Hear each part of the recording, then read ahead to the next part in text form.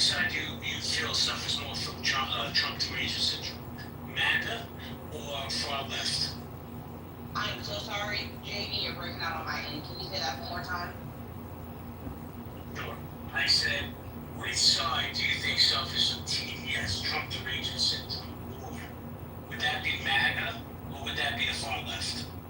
Ooh, that's a hard question because for me, both of y'all asses is neck and goddamn neck. I'm gonna be honest, as an independent voter, like y'all each have y'all ways and pendulums of which y'all swing. So that's a very difficult question for me to answer at this point in time because to me, both of y'all niggas is the same side of the fucking coin. So that's just all I'm gonna say to that. But real quick to the thing, to the Jeffrey Epstein thing and us talking about the Trump files and everything, let's be realistic. The government has had these files, point blank period.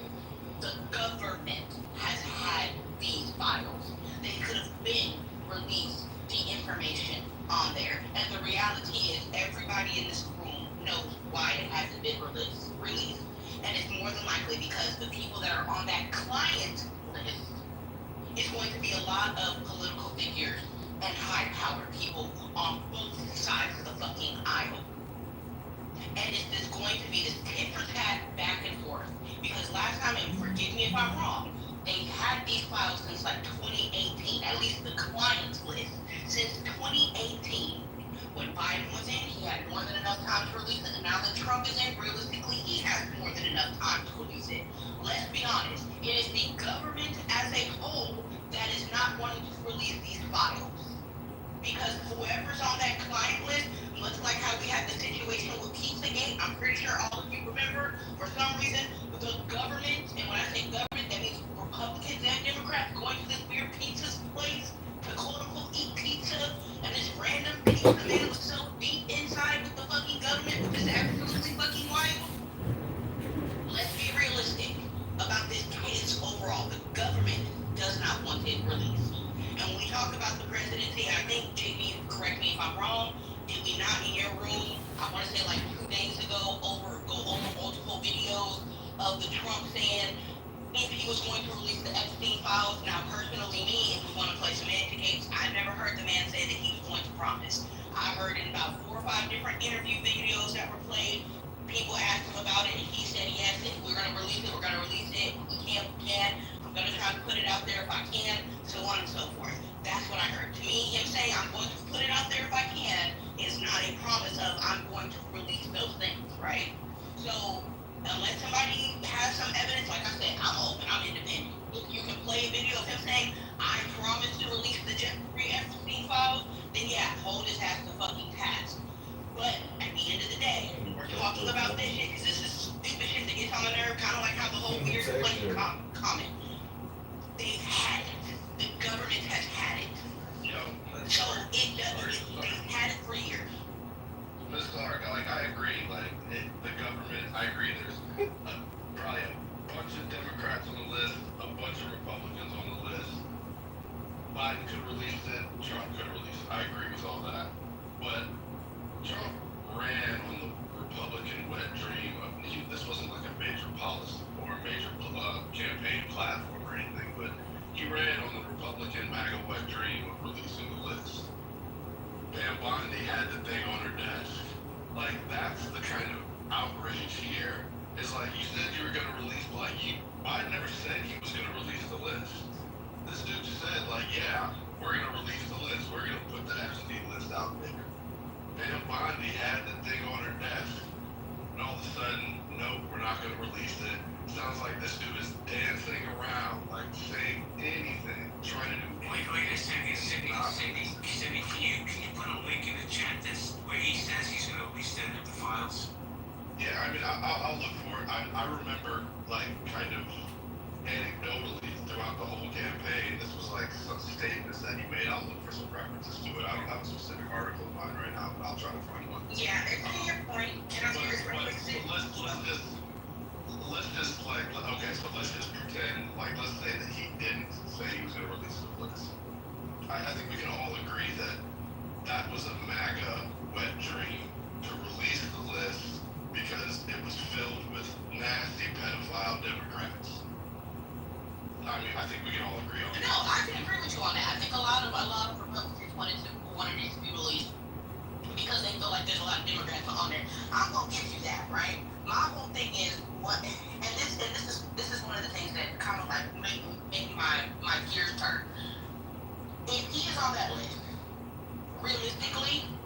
Democrats would have released it, they would have redacted any information that would have been harmful to them, and they would have put it out there instead of going after Trump after these weird ass court cases. I think we all can understand that the court cases that they tried to go after Trump for was a bunch of bullshit. But you mean to tell me that you have the future president of the United fucking States on a client list? I don't give a damn if I want to win. I don't give a fuck if some of my people go down.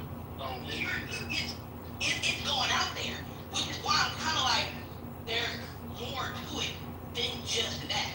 There has to be something or some people on that list that's very powerful. Because even with the Republican situation, if I believe that there was more Democrats on there than fucking Republicans, I do believe that the Republicans would release it. But I think that there's a powerful person on there. As my husband is saying, Israel is on there, and they don't want that information to come out. Okay, guys, everybody mute up. Everybody mute up. Agent, man, this is the issue I have with you, bro. Just, let's get some new speakers involved. This is going to start sounding like an echo chamber. We got 2 new speakers on stage. Hold on, Alan. Thank you. Who's next? Okay, you'll be alright. I'll come back to you. You know, I always get you in. But I want to say good morning to Tommy real quick. Good morning, Tommy. Good morning, sir. How are you? I'm doing well. And yourself? Good. Just 2 little things. If Trump had been having sex with 15 and 16-year-olds, those people in adults, where's the lawsuits? Because I would think they'd be coming front and center to create the money grab. And quite frankly, some of the people were complaining here that Trump promised he was going to release the records, but presidents promise all kinds of stupid shit when they're running for president. And they don't, half the time they don't deliver. Trump is far more delivering on crap that he promised than any other president I ever known. Thank you, Tommy. Hold on, everybody. Let me say good morning to XG. XG, good morning. Good morning, Jimmy. How you doing? I'm doing great. Yourself? Yeah, good, dude. Do you want to chime in? You sound like you need some coffee. Yeah, I do need coffee, you're right. But I do want to chime in. I'm just glad that everything is playing out how it's supposed to be. Just more contradictions on top of more contradictions. There's no less now. Okay, if you listen to the names, don't be associated with them. You can look into everybody but me. It's okay. Look at everybody else's connections but mine. Like, I'm sorry, but if all these people have the same amount of evidence against them that he does, especially considering the whole narrative that, which I agree with, just being on a flight law doesn't mean that you're guilty of something. If that's all the evidence that's also there, and that's what he's putting against Clinton, like, well, Clinton's been on 28 flights, he's even more guilty. Like, there's no evidence there unless you know something nefarious has happened that no one else knows about, that something's going on. But unfortunately, the evidence that the people that he named in that little list thing or whatever have just as much quote-unquote credible evidence against them doing things to minors as he does. So if he wants to say that that's the smoking barrel for looking at those 2, well, he kind of just killed himself on the same aspect because all the evidence is the same for all 3 of them. Thank you, XG. Alan, the mic is yours, sir. Yeah, and why are people so focused on this list? I think people are focused on it because, yeah, in the last year, during his campaign, Trump might have talked about it, and the right wanted to hear the list. And why did they want the list to come out? Because for the last 10 years, the left has been accusing Trump of being a pedophile based on that list, or with the fact that his teenage daughter sat on his lap. That's it. So the left is saying, oh, it isn't us, it's the rights that's creating this whole controversy, ignoring the fact that they're the ones who created it. And again, I'll reiterate, hundreds of pages of court documents, witness, victim testimony, and Trump is not associated with any criminal misconduct. But let's get to the real point. The real point is the fact that we don't want harm to come to children. And yes, if Trump turned out, yes, there was conclusive evidence he was sexually molesting kids, the right would not be happy about it, but they would condemn him, and they would condemn him outright. What does the left do? And again, we would do it because we believe in the principle of protecting children. What does the left do? pathological liars that they are, they harm children as well, but they frame it as, quote, gender affirming care. That's their lie. And they are, and they don't hide it. And these pedophiles try to hide that what they're doing is wrong. The left does the same thing, and yes, it also promotes pedophilia, and it does it out in the open with things such like minor attracted persons. Or when it's they do it. Minor attractive persons that's gay or part of the LGBT, you're fucking retarded. Yeah, I don't know who said that, but I'm sorry.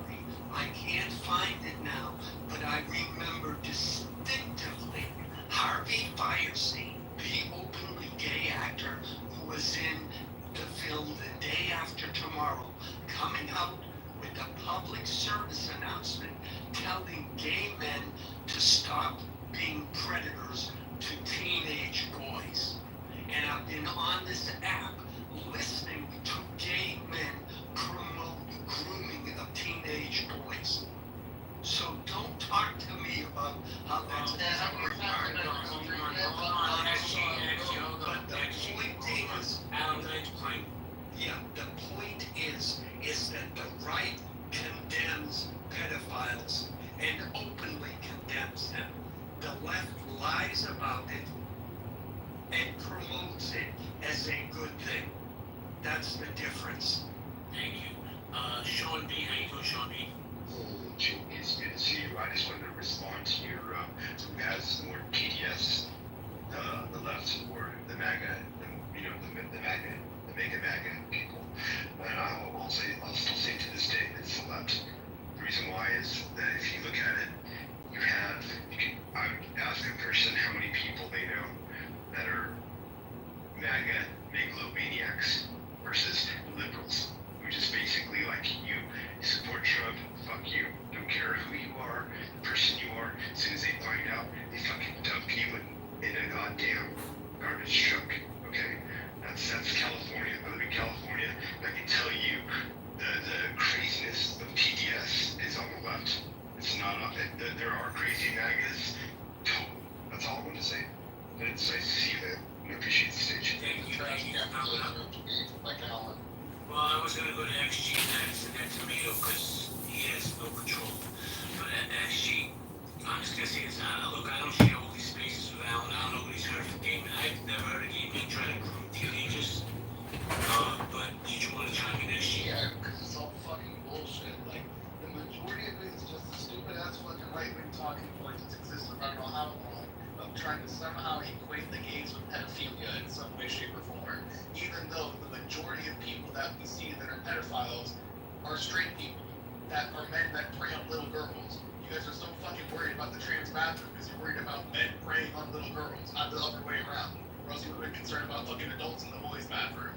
Like, if we're going through this whole fucking idea of pedophilia, let's talk about the fucking leaders that you have in. Are we completely forgetting about what happened, how long y'all had Matt Gaetz hanging around, even post the flight with the 17-year-old that got released? Like, if we're so worried about fucking pedophiles this, pedophiles that, it seems like over the last couple of years, the only consistent people that have been fucking with kids have been fucking right-wingers inside of politics. I'm so sorry. You're throwing stones from fucking glass houses. And this is the deflection that always comes in too. We started at talking about Trump. We end at talking about the gays and talking about the Democrats because none of the Republicans can ever fucking take accountability because their parents never showed them how to take accountability as a man or how to be a man growing up, even though they want to complain about the femininity of our generation. Thank you so much, XG. You want to go to Tomato? Tomato? You know, JB, you're a New Yorker. I think we have a lot of New Yorkers in the room.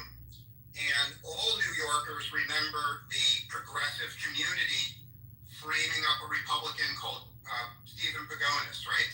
The progressive leftist community found a 15-year-old girl and they accused Stephen Pagonis of raping her. And it ruined his life. It drove him to the edge of suicide. And that was 100% on the Democrats, the progressives, the leftists in New York. Now, I'm going to post a room chat. The 15-year-old girl who falsely accused him of raping her was named Tawana Brawley. And so when we talk about putting child molesters in prison, no one wants child molesters put in prison more than the people in this room. But when it comes to falsely accusing people, taking people you know are innocent and getting them put in prison just out of sheer partisan hatred, it's 100% the progressives in the room that are responsible. So read the link if you think I'm exaggerating, JB. Well, Tomato, I don't want to see. Here's well, I don't know if it's a problem. It's just maybe an issue with me. Is making these groups, the Democrats or the Republicans or MAGA, as monoliths, right? Because not all Democrats think the same. God knows I don't. I'm probably going to get excommunicated out of that party. But we're not all the same. We don't have the same thoughts. So, I think here's where the problem really is. This whole conversation shows the division in our country. Of course, in my opinion, all parties want to prosecute child molesters, child rapists. Of course, if you don't, then then you shouldn't be in America. But this division is so stark. I mean, just this conversation alone. And just like all Republicans aren't MAGA, all Democrats aren't like the Tawana Brawley case, and that was led by Al Sharpton, by the way. So, guys, we're gonna go popcorn style. I'm asking you to respect the space and have one mic at a time. If somebody's speaking, just wait till they're finished. Okay, guys.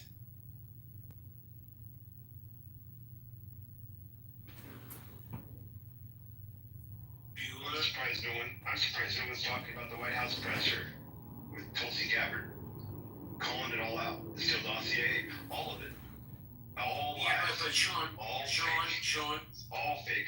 it's coming out now that she didn't release the entire file on that. She released enough to make Obama look bad. Now, look, I'm not an Obama apologist, but when you just release bits and pieces to give, to satiate people's appetite, that's not cool. Because, listen, I don't care what side are we on. To call Obama a traitor, it's ridiculous. I think that's the primary problem, JB. I think you're absolutely accurate on that. And that's the primary problem. We're talking about Epstein. We're talking about files being released.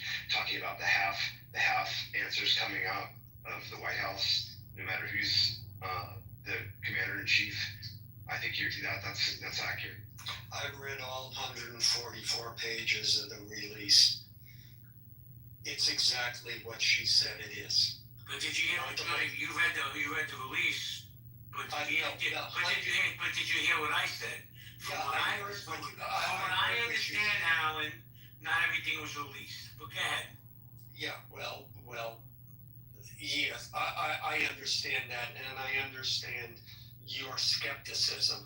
I was skeptic as well. But having read the whole thing, what you see is the fact that the intelligence community kept saying, there's nothing here. Russia is not only is Russia not capable of doing this, but they're not going to have any effect on the election. And suddenly Obama has a meeting, and suddenly it's well, we have to put out a report not discussing if they did something, if they affected the election, but that they did, contrary to what the intelligence community was saying. And so the good little minions came out and said, okay, I guess this is what our president wants. And that's the report that came out.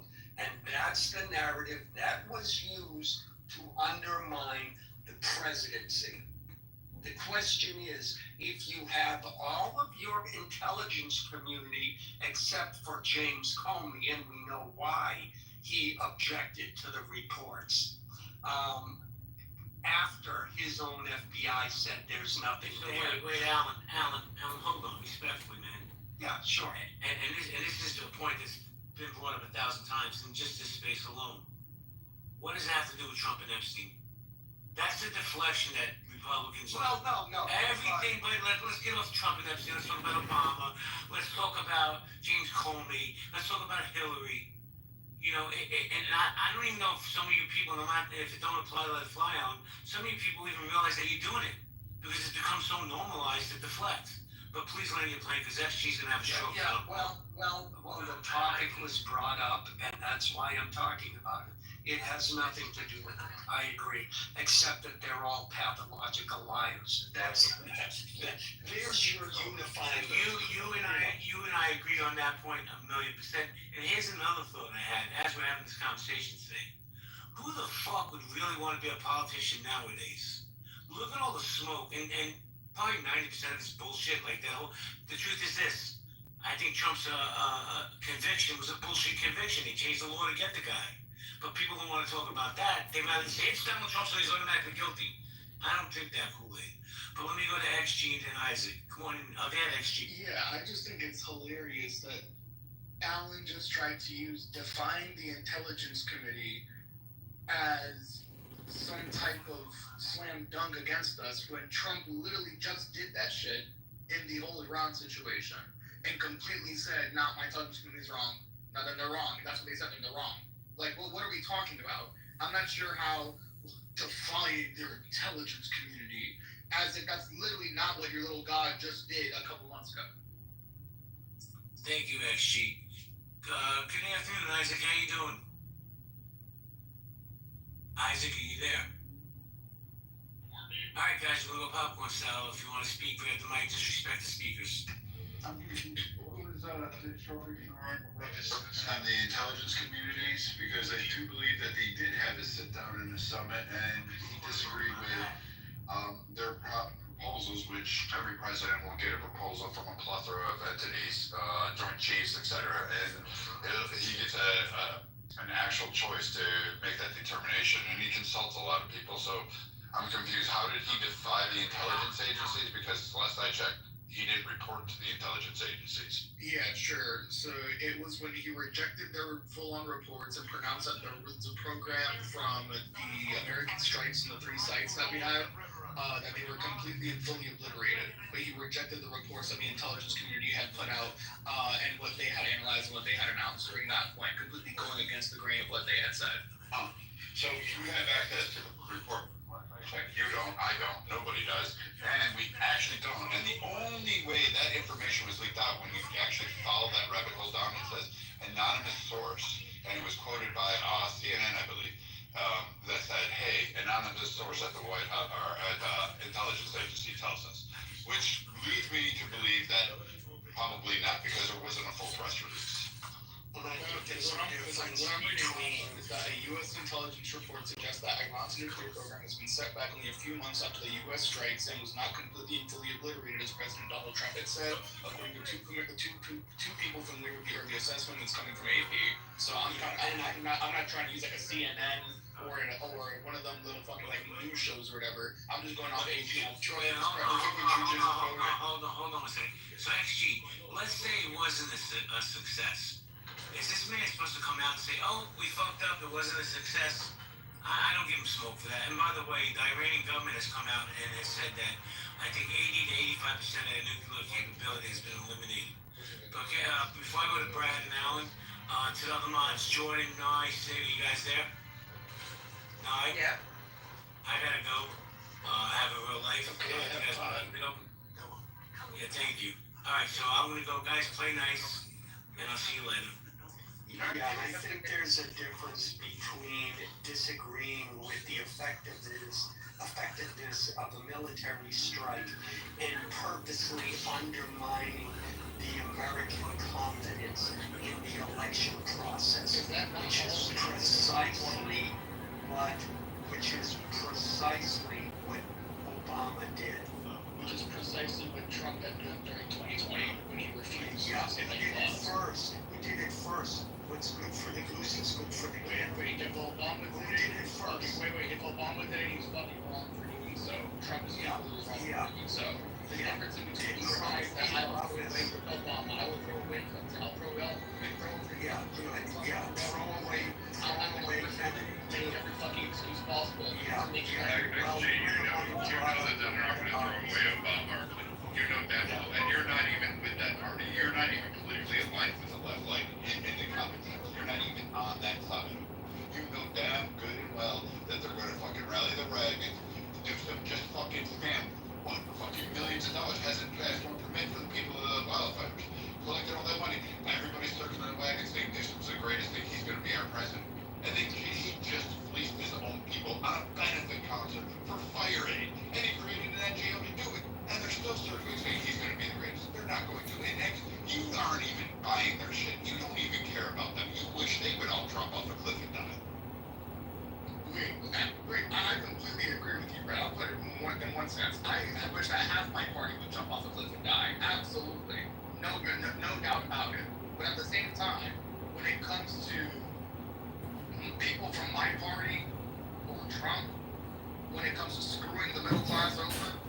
Yeah, I'll take a Newsom. Fuck it, I'll take a Newsom over Trump. I'm not gonna lie.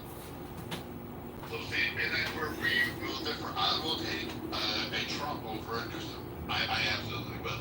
And I don't like a lot of the Republicans. I don't like the position. I don't like the big beautiful bill. But we can never get into that because I'll have some other libtard come up here and go, Obama, give me some fucking pontification about how great No, it was. look, Brad, you've heard me make the point before, specifically about the big beautiful bill, saying like, hey, doesn't it seem kind of hypocritical from the party that always was championing, always pushed one single issue on a bill, and if it's good, and if that bill's good enough, it should be able to pass by itself. No big bills, pass it by itself. I absolutely And then agree. all of a sudden, you get this big beautiful bill out of fucking nowhere being supported by the entire party.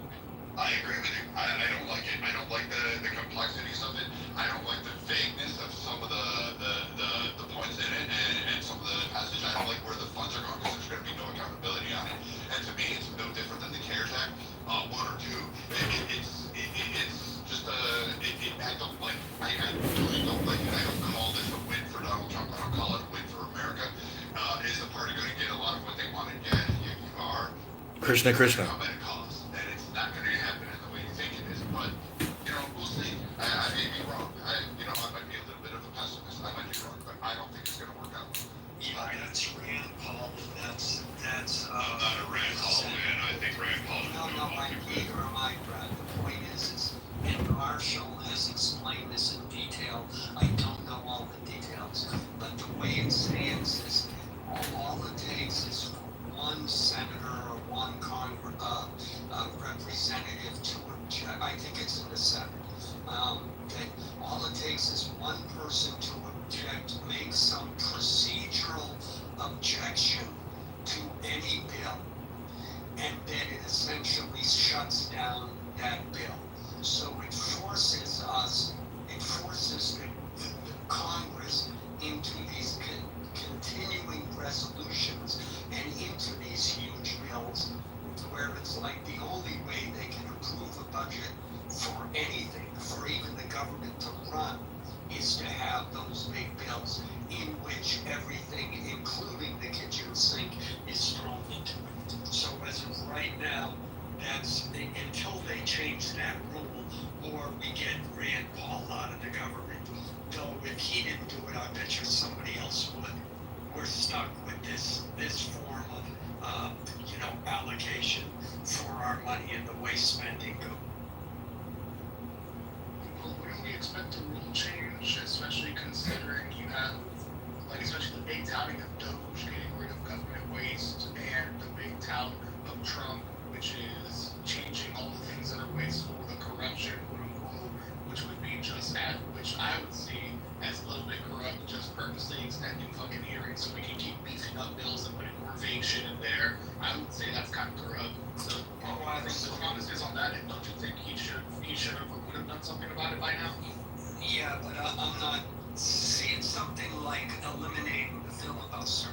I think it might be you need 60 whatever, and when there's some tactical advantage, nobody wants to get rid of it. I gotta. Oh, you mean just removing the filibuster? Yeah, but actually, you're right. We should get rid of those because at one point we didn't do that. We actually have line item bills that went through Congress, and it wasn't that long ago. For the most part, we've only been a short country. I know it's hard to believe, but we've only been around 250 years.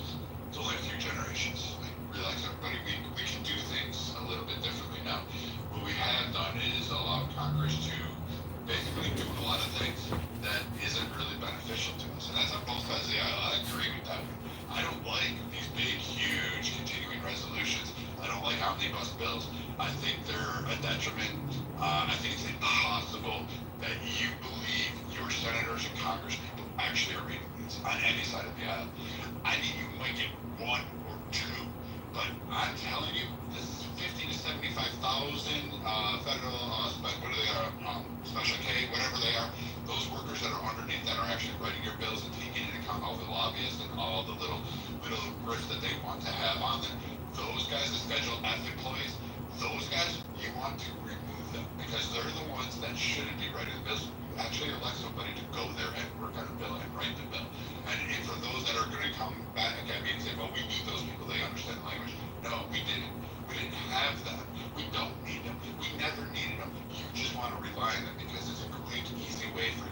hack their lobbyist group to get in at your senator, to throw it in there, to give them their cue card talking points so they can make a fucking a hell of a good speech for 5 minutes on CNN or C-SPAN at some point in time. Here's my question to you, Brad and Alan. Either one of you can answer. Brad, you know my economic position, but I'm pretty sure both of y'all are capitalists, right?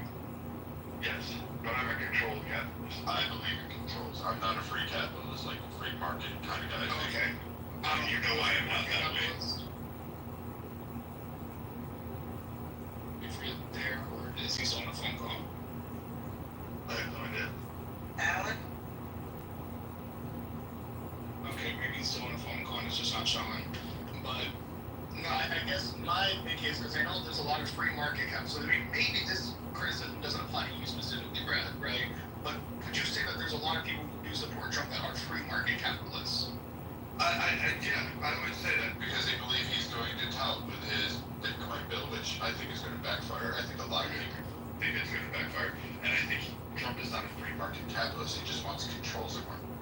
Okay, yeah, so I agree with the whole Bitcoin tanking for sure. I agree that, and I think another criticism we can get into in a little bit that I think is valid is Trump's very weird switch up of crypto and how he felt about it in the span of 3 years, completely changing up from 2021 all the way to 2024, 25.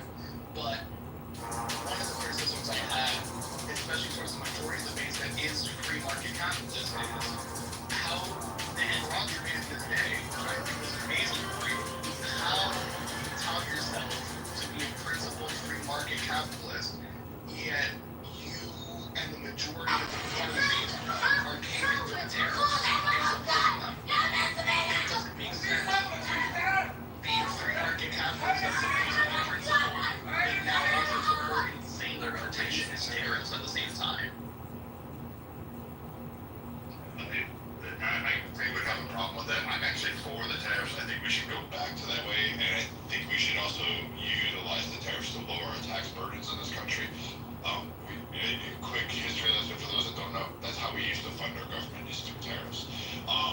It was only recently we changed it historically. But I mean, actually, I'm okay with tariffs, but again, I'm okay with a lot of things. I think we should have legislation against monopolies. I think a lot of companies currently that I can see, I think Amazon should be broken up. I'll be the first to say it. I don't want to take his wealth, but I think that if you have too much control in the space and you actually have too much legislative power through all 50 states and territories, that it prevents any competition from arising. Hey, that's one thing we can agree on.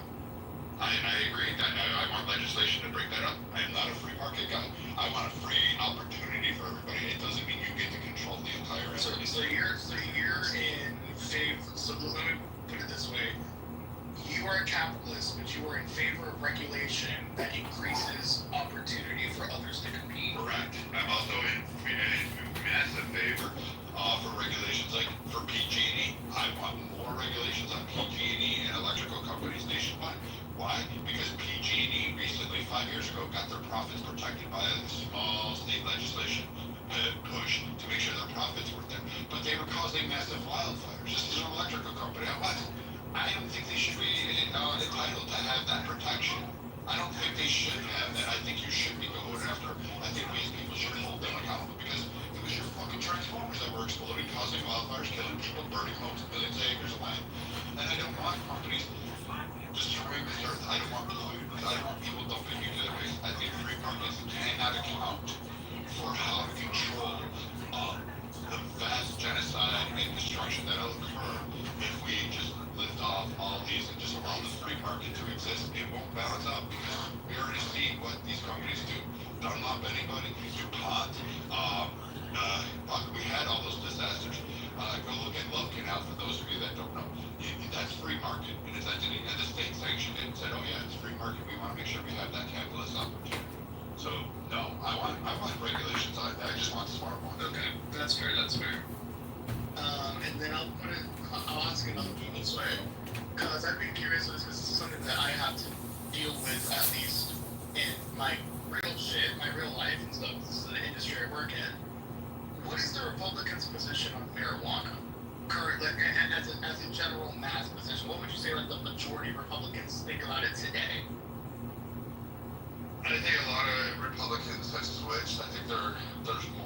board with allowing it, and they're more about allowing that market to develop. I'm still old school. I also have an issue with liquor, but nobody's going to agree with my stance on it. I'm just saying I'm one of those that's probably best not asked. I think the war on drugs actually pose some good things in America, even though everyone else highlights all the negative. I often ask the question, what would have happened if we never had the war on drugs? How do you think it would have went? And no one can seem to answer that because I think it would be far worse. I don't know, actually, I'm not the guy to ask about it. The reason I say it is only because, like, for example, in my state, Florida, there was a whole amendment that was supposed to be passed last year about the legalization of it, right? Now, the problem came is that I myself, surprisingly enough, voted no on that amendment. But it wasn't because I didn't want the legalization to happen. It was because of the structure of the bill and how it was supposed to go through. So the structure of the amendment basically was that there would be I work at a smoke shop, like a mom and pop smoke shop that's right around the corner and stuff, right? There's a ton of them around this area. There's also a couple of the medical industries too, right? Now, the medical industry fucking hates us because we have something called THCA, THCP, and all that type of stuff, right? Which is necessarily because of the 2018 Farm Bill, doesn't classify it as marijuana, it classifies it as hemp, but it effectively is the same fucking thing. Right, because chemically it's the same thing as if, like, for instance, I can't sell steam in my store anymore, but I can sell water, and that's fine. And I can tell my customers they heat it up at home, and what happens? It turns into fucking steam, because chemically it's still just a precursor to steam. So in the same way, so THCA, the medical market, is not too happy because rather than people wasting a ton of fucking money and just getting a fucking medical license to get some Reggie off of theirs. Yes, Harry, Delta 8 and Delta 9 for the same thing. Delta 8 is synthetic, but I'm talking about THCA and THCP, which is not DA at all. It's still within the THC family. Now, if you're talking about HHC, D10, etc., that's different. But the THC family tree is more than just the initial THC. THCA, just because there's an extra letter onto it, doesn't make it quote-unquote fake. That's just what somebody without an understanding of what the actual science is behind it says. Sorry. But continuing on, basically, because of that market, inside the bill, there was something that the lawyers of the smoke shops basically went through. And afterwards, they basically said that the goal of that bill was the fees in order to get a license to be able to sell was going to be in like the high 6 digits, low 7 digits, right? When it came to, I'm pretty sure who would own that. I'm pretty sure it's like almost 100% vertical integration plan that they had thinking of inside of there, according to the lawyers that went through it. And it felt like basically the entire medical industry was trying to monopolize the entire marijuana industry in Florida at that point, right? Which means that it would have put, I don't know how many small businesses out, because the THCA and all that stuff is a big part of a lot of smoke shops' sales for the day, right? So it would have put a lot of the small a lot of the small businesses out. It would have put a lot of people out of work just so the bigger people like Truly, Grow Healthy, etc., could have more profits and basically a monopoly on the entire industry, which is why I think regulation is necessary, because even when we want it for a good thing, we end up having people trying to take advantage of that and monopolize it and then not let anybody else put their feet inside the box. Well, let me just say thank you, XG. I stopped smoking pot. I do buy the edible here and there. But I do support the slogan, a friend with weed is a friend indeed. So, it's popcorn style. I don't think anybody should be in prison for smoking weed or selling weed. I think marijuana should be decriminalized. And I think more people probably need to hit the blunt or two so they can be a little bit more chilled out and less triggered. You know? I fully support. If I was running for presidency, I'd pop for everyone. If you're down, fuck it. Just chill out, to be honest. So anyways, popcorn style, I can only stay until about 12, because then I got 12 my time, so that's about 20 minutes. My fellow mods, they'll decide if they want to keep the room open longer than that, because I have to prepare to host my own room with popcorn style. And here comes my homie, Mr. Rolo, to the stage, but the mic is for anyone. Yeah, I'll hop on real quick. I was away for a little bit, but just was been reading the comments. Someone said illegal drugs have been, I can't remember what they said, the downfall or have ruined this country. I think a lot of legal drugs have ruined this country. I just look at all the addictions that's happened because of legal drugs.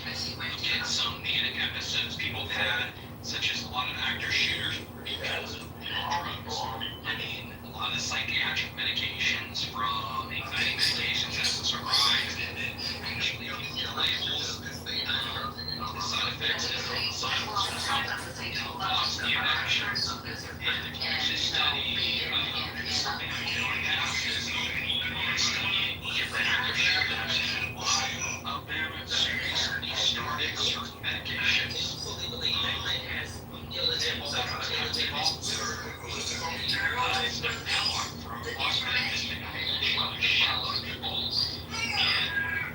Was the one thing that he had going for him that could have changed his personality, because I did talk to the FBI agent who was running that show.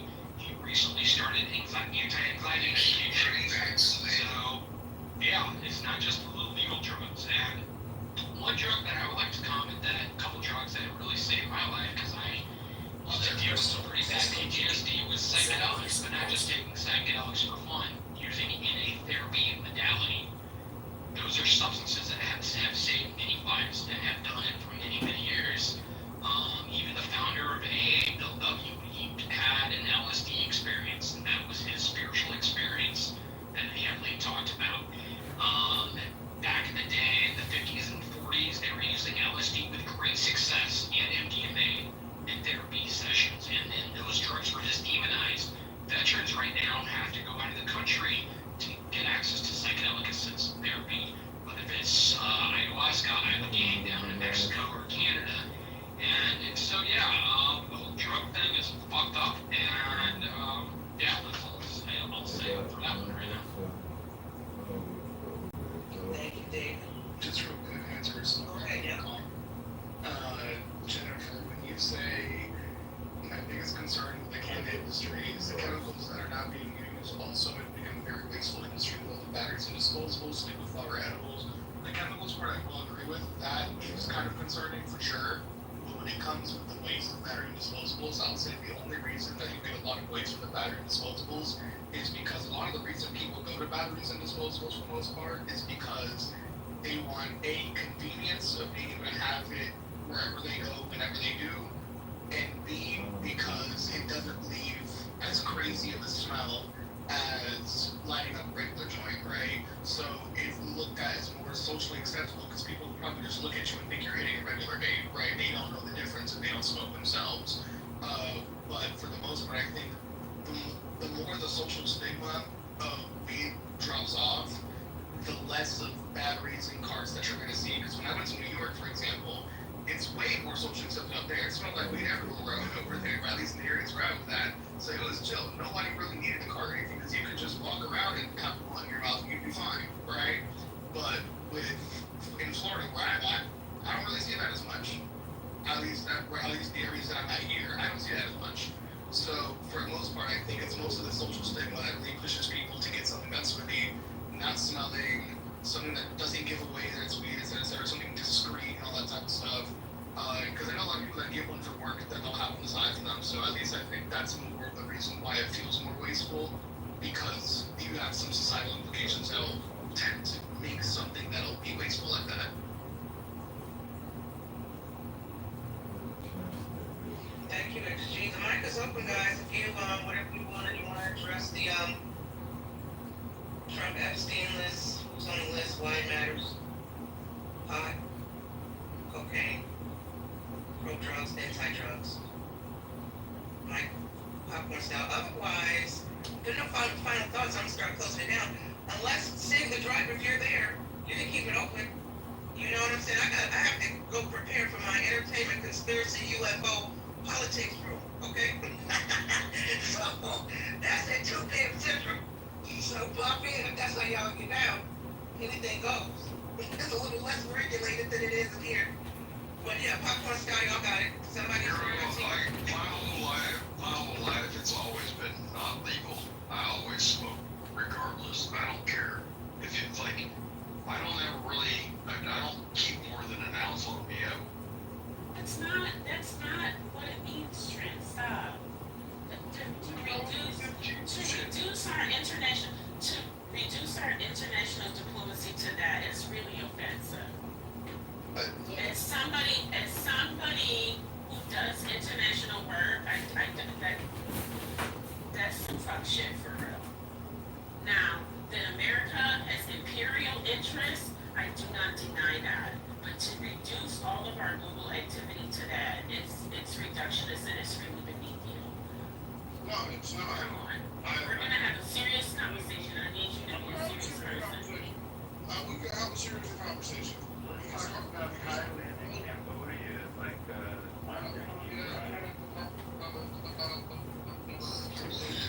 The Matrix is helping me because you disappointed me right now. Service is nervous. You must be near the border. Agent, you be the first one to complain about how we pull out of somewhere. See, this is the problem that I have with people like this. They will say that they got the military, and then they'll be the first ones to complain, well, we shouldn't have pulled out of Iraq that way, or we shouldn't have pulled out of Afghanistan that way. They'll be the first ones to complain, Dr. Agent. Yeah, I just Trent is being irrational right now. Extremely You're Iraq. being irrational, We Trent. should have never gone to Iraq. Not only should we have pulled out, we should have never been.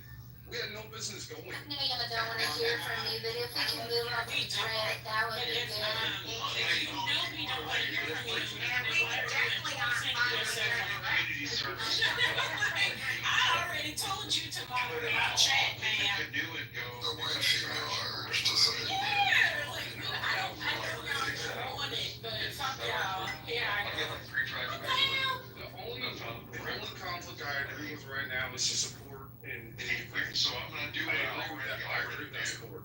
A lot of other support, And I get out of trouble. especially Iraq. So let me ask you this. So, okay, so we're gonna move slightly off of the military and into the international waters a little bit, right? So do you agree with the cuts to USAID? Even, and I'm gonna just say, I got a lot of issues with USAID, particularly with their work in Haiti, but I'm gonna put that on the side for this conversation. Do you agree with the cuts to USAID? No. Okay. So you like our international engagement, you just don't like it when it's the military? Yes, I don't like it when we're killing hundreds of thousands of innocent people. That's that. Iconic cast member. Real. I have evidence. Still a virgin. What the fuck? Definitely not a virgin, and I never said virgin. He is from the Oakland, Berkeley area, and he taught me the art of smuggling. You know, just enough to chill out back at home. You know, from LA on the plane to Chicago. Now this was pre 9/11, when you could smuggle some things, and you know they weren't all up your coochie and your ass crack to see if you got a bomb, you know, made out of a Coke can. You know what I'm saying? So shout out to him. But yeah, those days are over. Girl, I'm gonna tell you something that I can get away with now because it's, you know, past the statute of limitations. I went back in 2008. I was coming from Amsterdam, and I was in the army. I was coming straight from Iraq, military transport, blah blah blah. But we stopped in Amsterdam for like 13 hours. I'm like, you fucked up. So I ended up, you know, finding some good, smoking some good. Got me some. It was called Yum bubble gum, and I got me a quarter of that shit. And I got me a shampoo bottle of Perk Plus, and I took a little bit out of it, and I got a Ziploc bag and put that thing up in that thing, and I fucking snapped that thing, and I put it in my motherfucking rucksack, and I dared a motherfucker to open my rucksack. Hey moderators, this is Congressman. I'd like to talk about Tulsi Gabbard, DNI, and what some of the former speakers were bullshitting about.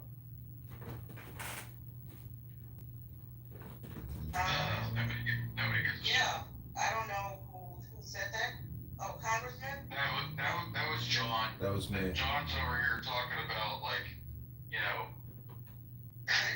Tulsi Gabbard, you know, the former Democrat that's now a Republican. She's the girl that she looks like Rogue from X-Men. She has that white stripe of hair on her face. Like her whole head's like black, but she got that one piece of white, like swoopy thing on the back. You know, Alan said he read through like 140 pages of it, and some of the other former speakers immediately says, "That's just deflection.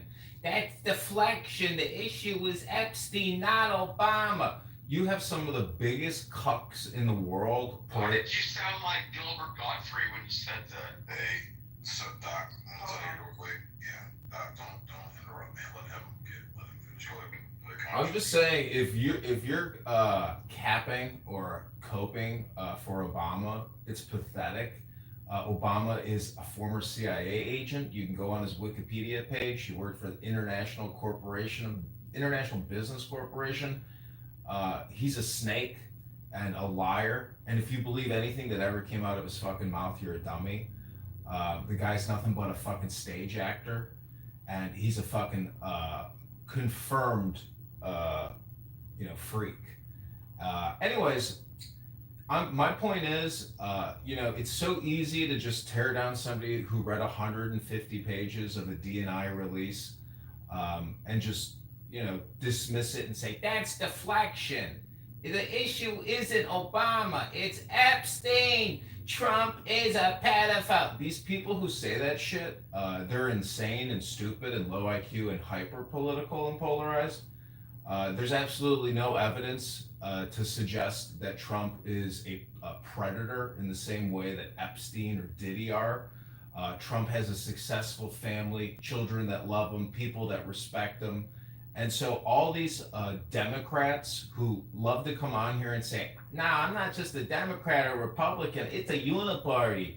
The point is, pick your side and stick to it. But if you come on this app and you shut people down from expressing themselves by censoring and controlling and kicking and shutting up and interrupting, it's just an echo chamber, and it is nothing but a huge waste of time. And if you're on here, I mean, this is projection. You might be pathetic. I am complete.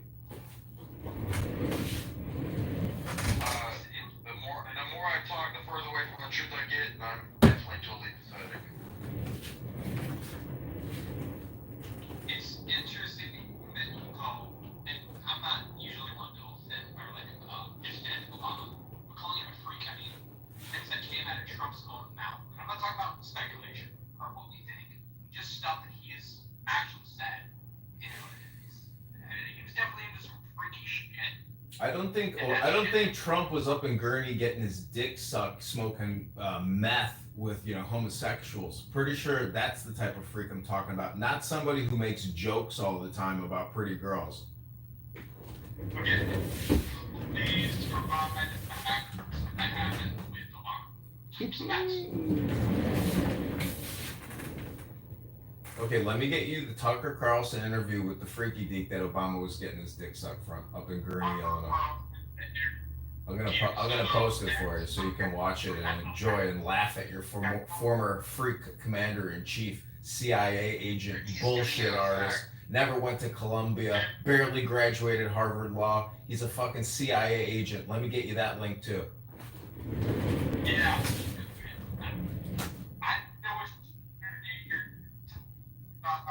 Just because someone recorded doesn't mean it's a fact. I can say the same thing about a lot of reports about Trump. So, I mean, there was a child victim that said Trump sexually molested her when he was a child. Was that true? No. That's the same thing. If you're going by one person's interview, then it's not a credible source. No, I would love to see you put a link to that fucking YouTube video. I know that ain't true because that motherfucker was up right now. Like that, what kind of like defamation, liability, slander bullshit would be going on?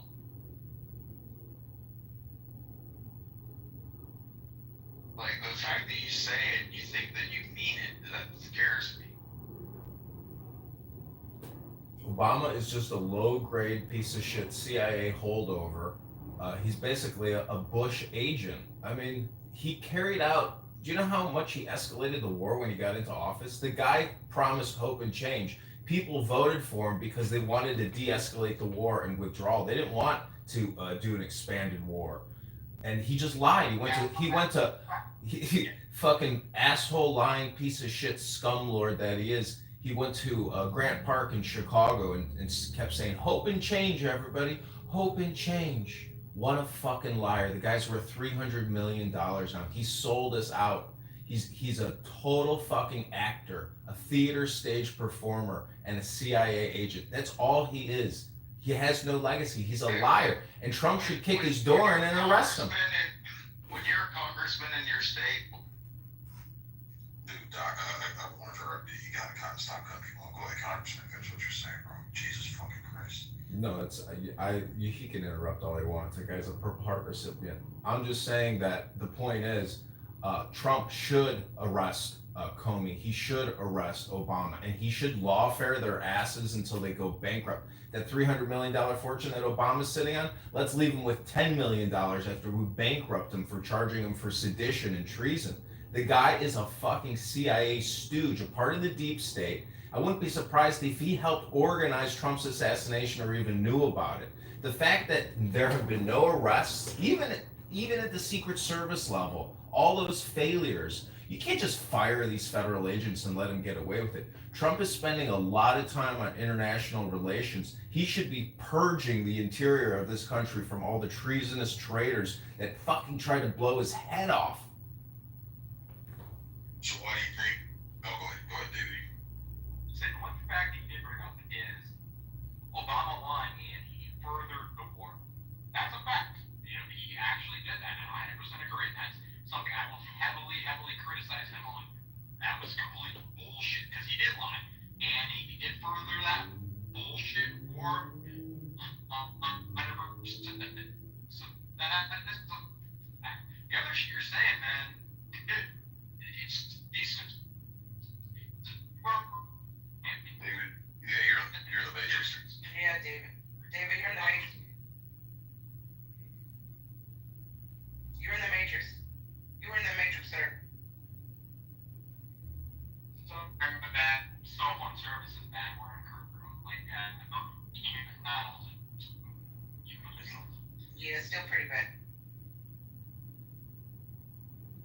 And I have to let you know how remarkably close to Marshall's voice you sound, bro. I thought you were Marshall at first. And it's funny, Marshall popped in when you were talking. You sound just like Marshall, bro. What's up, Marshall?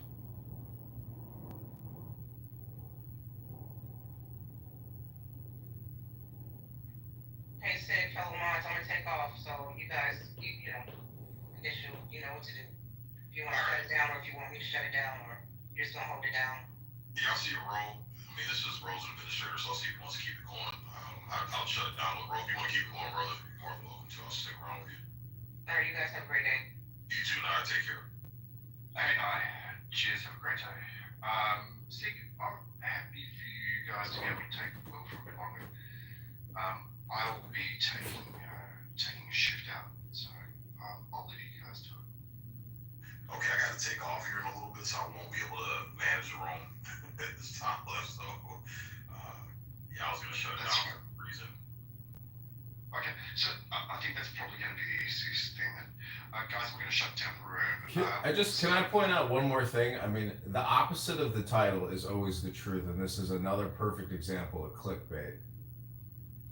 Yeah, okay. And Congressman, good luck to you. Good luck to you as well. Thank you, Ro. Alright, we're shutting down the room. And welcome to Healthy Debates. We'll be doing another room later on. Have a great day, everybody. Take care. Have a good day.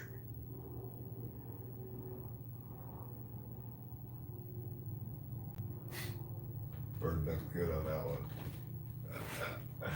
Oh man.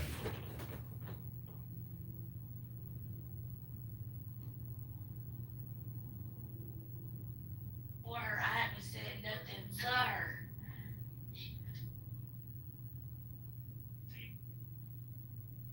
like a little tray above the charcoal where they put these little motherfuckers in.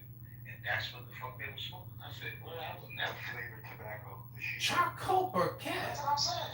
But he hasn't said shisha. He said hookah bar. He said because he's been hanging around too many Dominicans. What is that doing to your lungs, though? That's what I'm saying. No, I'm getting at. That's what I'm saying. No, let's look. So what it is, right? You know, shisha. Shisha is the flavored tobacco, right? It's not exactly. Yes, you can have all the history you want, but it's not going to persuade people who have a philosophical and ideological belief. Is what I'm saying to you. And so, Trent, if you get off your mic one more time, stop. I got shit to do. Stop. Go do it. Go do it. And hopefully one of them is shit because you love it and you need to release it. Okay. So, Okay, but this is hold on, Truth. Release Truth. Stop. So when you get bogged down into these ideological arguments, if you want to make the argument, that's great, but you're not going to convince anybody. So as long as you accept that and that nobody's going to say you're right, then you can continue the conversation. But if that's what you're going after, it's not going to work. And it's going to get bitter and it's going to get acrimonious. And I don't know why you can't just hesitate for me to just moderate this and try to bring that temperature down in this room.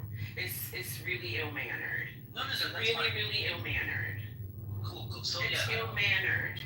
It is ill-mannered that your mic, I can't see your mic picture right now. It's really ill-mannered. And it's, how can I be done when my melodious voice is still cascading over the ears and brains of everybody in this room? Okay, so let's just try to wrap this up and move it along. cool. So like I said, this matters to me because I was raised on the importance of the Black Civil Rights Movement. I was educated on it, and when I hear people speaking against historical fact on behalf of Black individuals in America, I think it's relevant.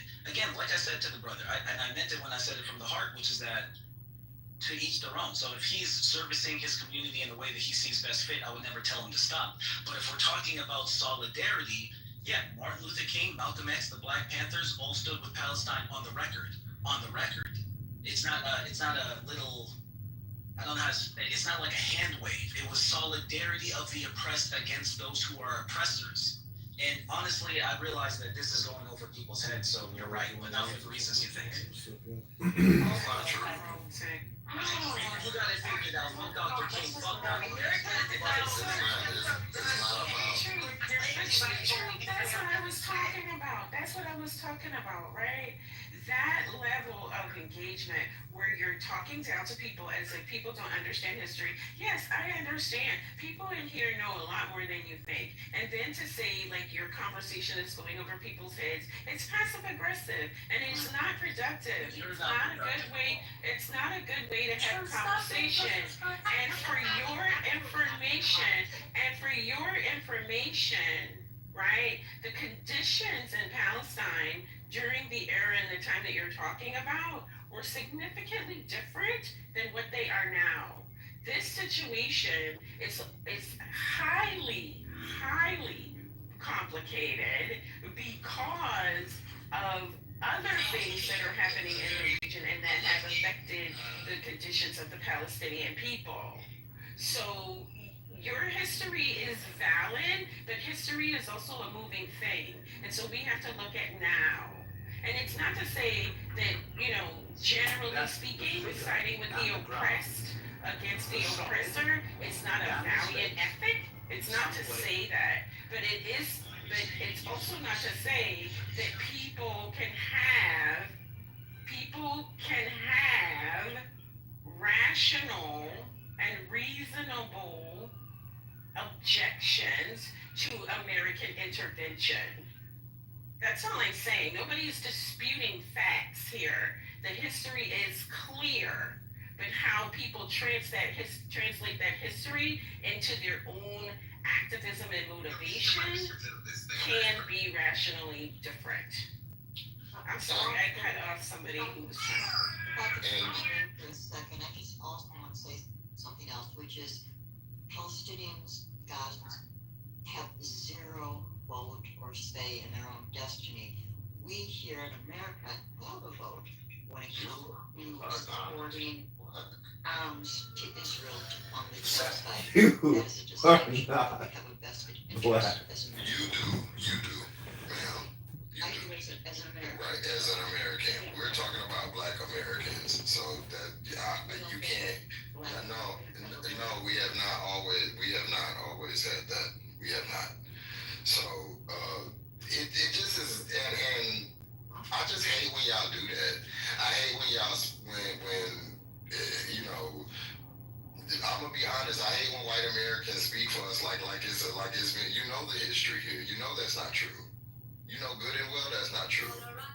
So I don't know, like you, if you're talking about currently, but you know that those things had to be fought for. Those are things that we went through to get.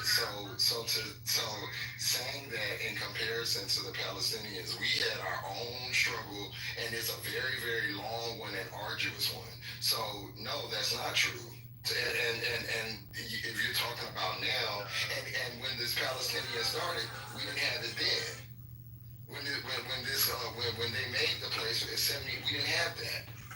So no. I want to apologize if you felt that I'm not. You don't need to apologize. You don't need to apologize. I don't need an apology. What I'm just. I No. was thinking about now. We were talking about Gaza. I was just pointing out the fact that Americans have a vote in regard to funding the genocide. That was my point. That was it. That's today. Okay. What I'm saying is this is a very long situation. The whole Palestinian Israel thing. I know that. Right. Okay. And then you should have definitely not said what you just said. So you should definitely understand. That was to me, I just feel like it was a massive oversight that sometimes it seems like people have, and it's like no, we don't. We had a whole fight over here.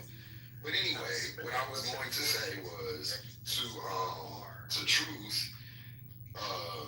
I live in Atlanta. Andrew Young went to go see Yasser Arafat and the PLO to try to help them. And this is not a Black Panther Party thing. So black people have been rocking with them. This is not a new thing. What I'm talking about is now, where you have a lot of people. I'm not going to say you, but a lot of black people just getting this information, just jump and acting like this is a new thing.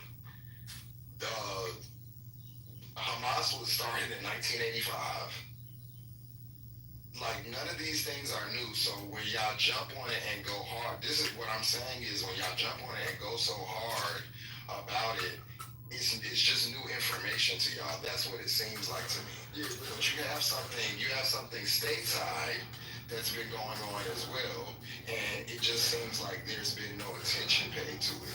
I don't have a problem saying anything is wrong, but putting up a thing, everybody protested. They protested across the world. That doesn't mean that Gazans as a whole stand with black people, because if we're being real, no one does. So that's just like not true, and I just wish we would be more real about it.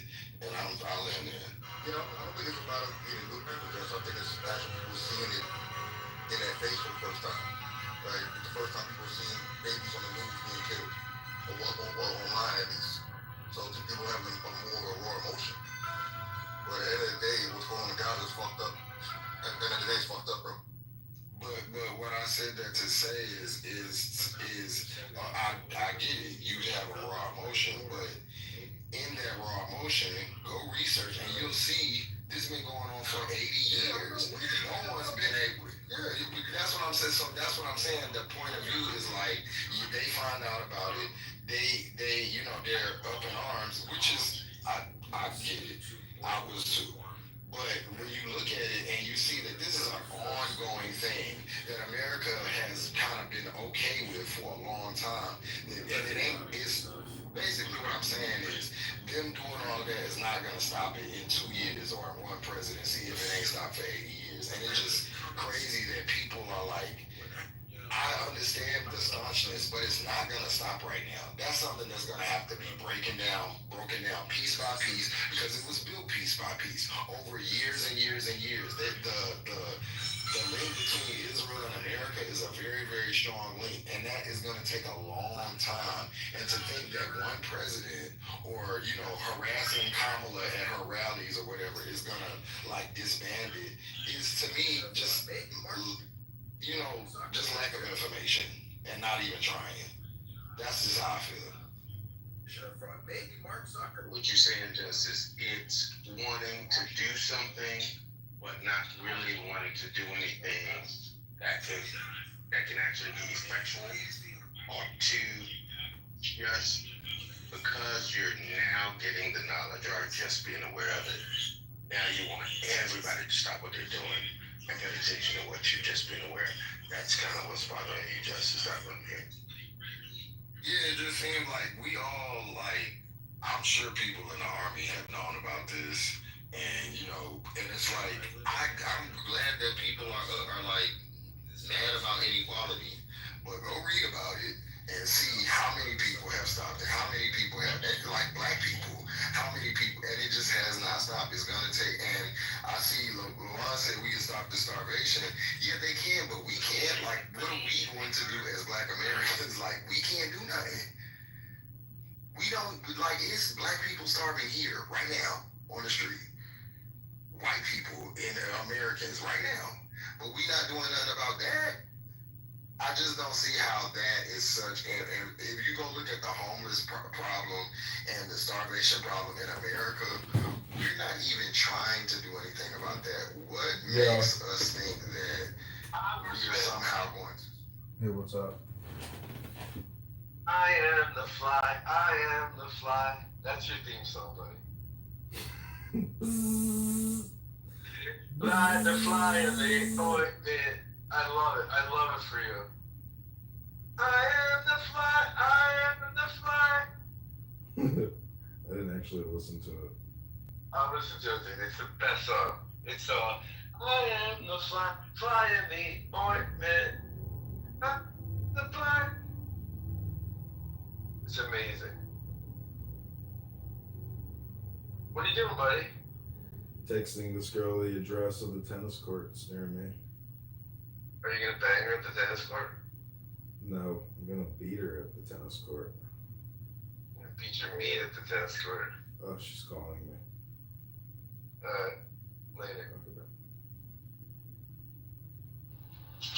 Hello. Hey, How are you doing? good morning. Good morning or good afternoon. Okay, What are you doing? making coffee. Just wake up once a while. Nice. Are you doing espresso or drip? No, regular coffee. Espresso. My goodness, it's so strong for me. Oh, I need strong coffee in the morning. Oh, Yeah, I like Nespresso. oh no. Sorry, I don't have that. Let's see. So do you want to play tennis today? Are you kidding me? I'm working today. Oh, you're working. Yeah, I'm actually getting ready. Oh, I gotta get work at 2 o'clock. oh, I see. I'm off tomorrow and Monday. Okay, well let's do that Monday or Tuesday, whatever. Huh? Let's do Sunday or Monday. Yeah, let's do something. How you been? What's going on? Are you still on dating side? You're still wasting your time on those bitches? Yeah, I mean, I don't know if it's a waste of time, but it's nothing's really new for the most part. Wow. Life is good. How are you doing? Good. Good. Can't complain. Everything is good. Are you still Work. working for the same company? No, I got an online job full time. I became full-time online job. So, basically it depends how many hours I work, and the following week. I just came back from Los Cabos last week. Oh wow. No, not this week. Hold on. No, I came back Tuesday. Today is Saturday. I came back on Tuesday. Well, that's a nice place to go. Yeah, I went for 4 days with my coworker, and I'm going to Dominican Dominican Republic in 3 weeks from now. Damn. I mean, you should just, enjoy the beach here in Chicago in the summertime. Okay, it's not the same. It's totally not the same. I know, it's not even close. You know that I haven't been? I haven't been in Memphis or any other beach here.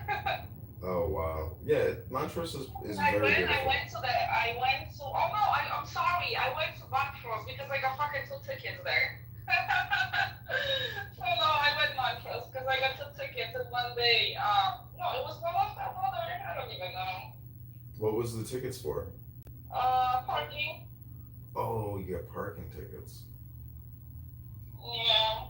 Oh no, always. Like my friend's telling me that we have always something with you. I don't even know how I got a ticket for it. Like no idea, but whatever. My sister-in-law canceled everything, so why would I worry about something that it's not existing anymore? Yeah, I just got a ticket recently over there. It's very annoying. Yeah, because of the constructions, they doing. They blocked a lot of streets. There was no parking. It's not good. I hate Chicago. I agree. But life is all about being in control of your emotions and hopefully, navigating the environment as best as possible. So Chicago is a place for tough people, for intelligent people. I know it's very intelligent. From where I came from to I still can get used to this lifestyle. People are different. Lifestyle is different. Yeah. Everything. It wasn't easy for me when I moved in. I'm just gonna move to Poland and retire over there. I'm pretty sure you may find someone very easy, very quick. I mean, it's petition. Yeah. Polish people love their Poland. Well, I haven't been there for years. 3 years? I think so. I went for my grandma's funeral. I flew for 10 days. Yeah. I don't know. I know a guy who goes there all the time. And he's DJing and partying, and it looks, kind of strange. But Where? I'm not sure where he's going. Maybe Warsaw. I don't know. Oh. I have no idea. I have to look him up again. I haven't seen him posting in a while, but he kept going to Like Poland. what? And your friend, or is it someone that you? No, it's this guy who does he does party events. He's a promoter, kind of an artist, musician, but I can't even remember his name. It's like Greg or something. But anyways, he was going to Poland. I was surprised that he, But anyways, it just looks like a nice European country. John, everything looks nice on the pictures on social media. Don't forget that part. Oh, I know. That's true. Everything looks beautiful, but trust me, when you really meet someone, you see the very good difference between, before and after. Yeah, I agree. Life is like a catfish. It is. Yeah, these cell phones are nothing but catfish traps. Yeah. Like I was dating a few guys before, but I kicked them out. Because they were lying. They were lying. Or stupid things. Well, I don't know. I don't have time for childish life, especially right now. Maybe before, when I was kind of not really desperate, but of course I was looking for someone to be with. Not really in a deep relationship, but I used to go out to spend time nights, to go shopping, whatever, not just to be lonely, at nighttime. But every time I was getting all these guys that I'm like, wow. Yeah, I don't know. It's boring. And again, I don't understand why. They they posting pictures. That's how they look. But in reality, when you meet them, they look by 300 pounds more.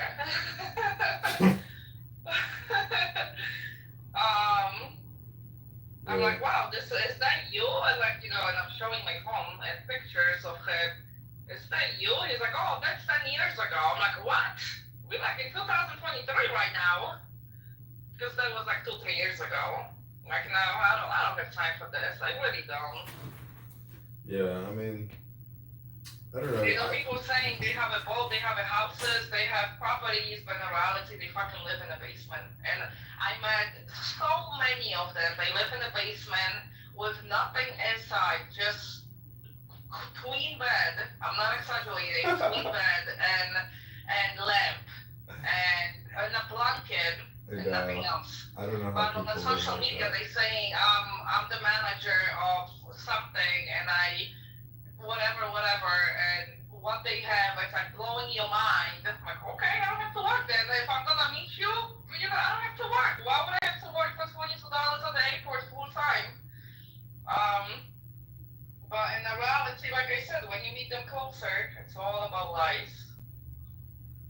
Yeah, I mean, It's just to impress. I'm not impressing anyone. It's you know, that's how I live.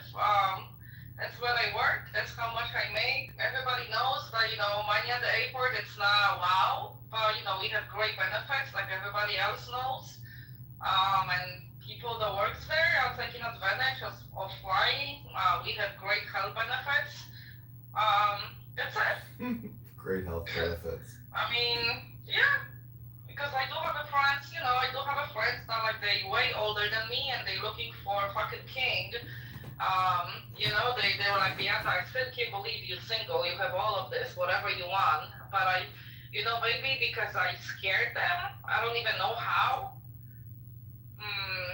You know, I don't let the men right away.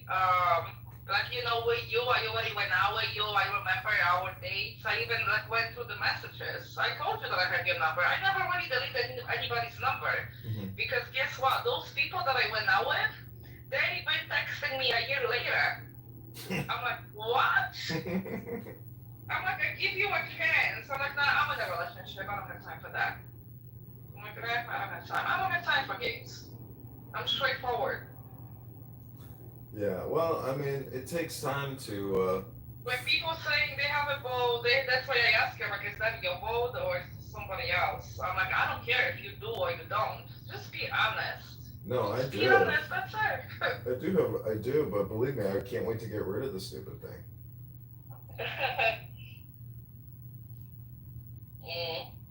Yeah, it's a waste of money, and it's a sailboat, and I'm not a sailor. I'm not gonna go out there and risk my life, and get caught in a storm, and Yeah. I don't know if you know how to sail, but it's not it's no cakewalk. It's not easy. It's a risk, you know?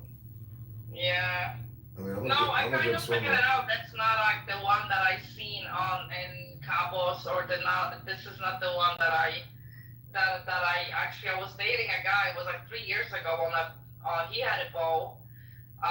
And he was lying to me that's his house, but in reality his parents went away to, what is it? It was Guatemala, like somewhere in Mexico, whatever. They went away for like 6 months, and he was telling me that that's his house, that's his everything. Then his parents came back like 3 months later. I'm like, you live with your parents?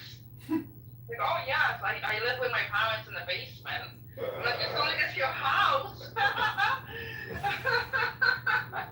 Oh my gosh, that's a crazy story. Yeah, have you ever seen Seinfeld, the TV show? No. Yeah, Elaine is one of the characters, and she's dating this really hot guy, but she doesn't realize he's homeless.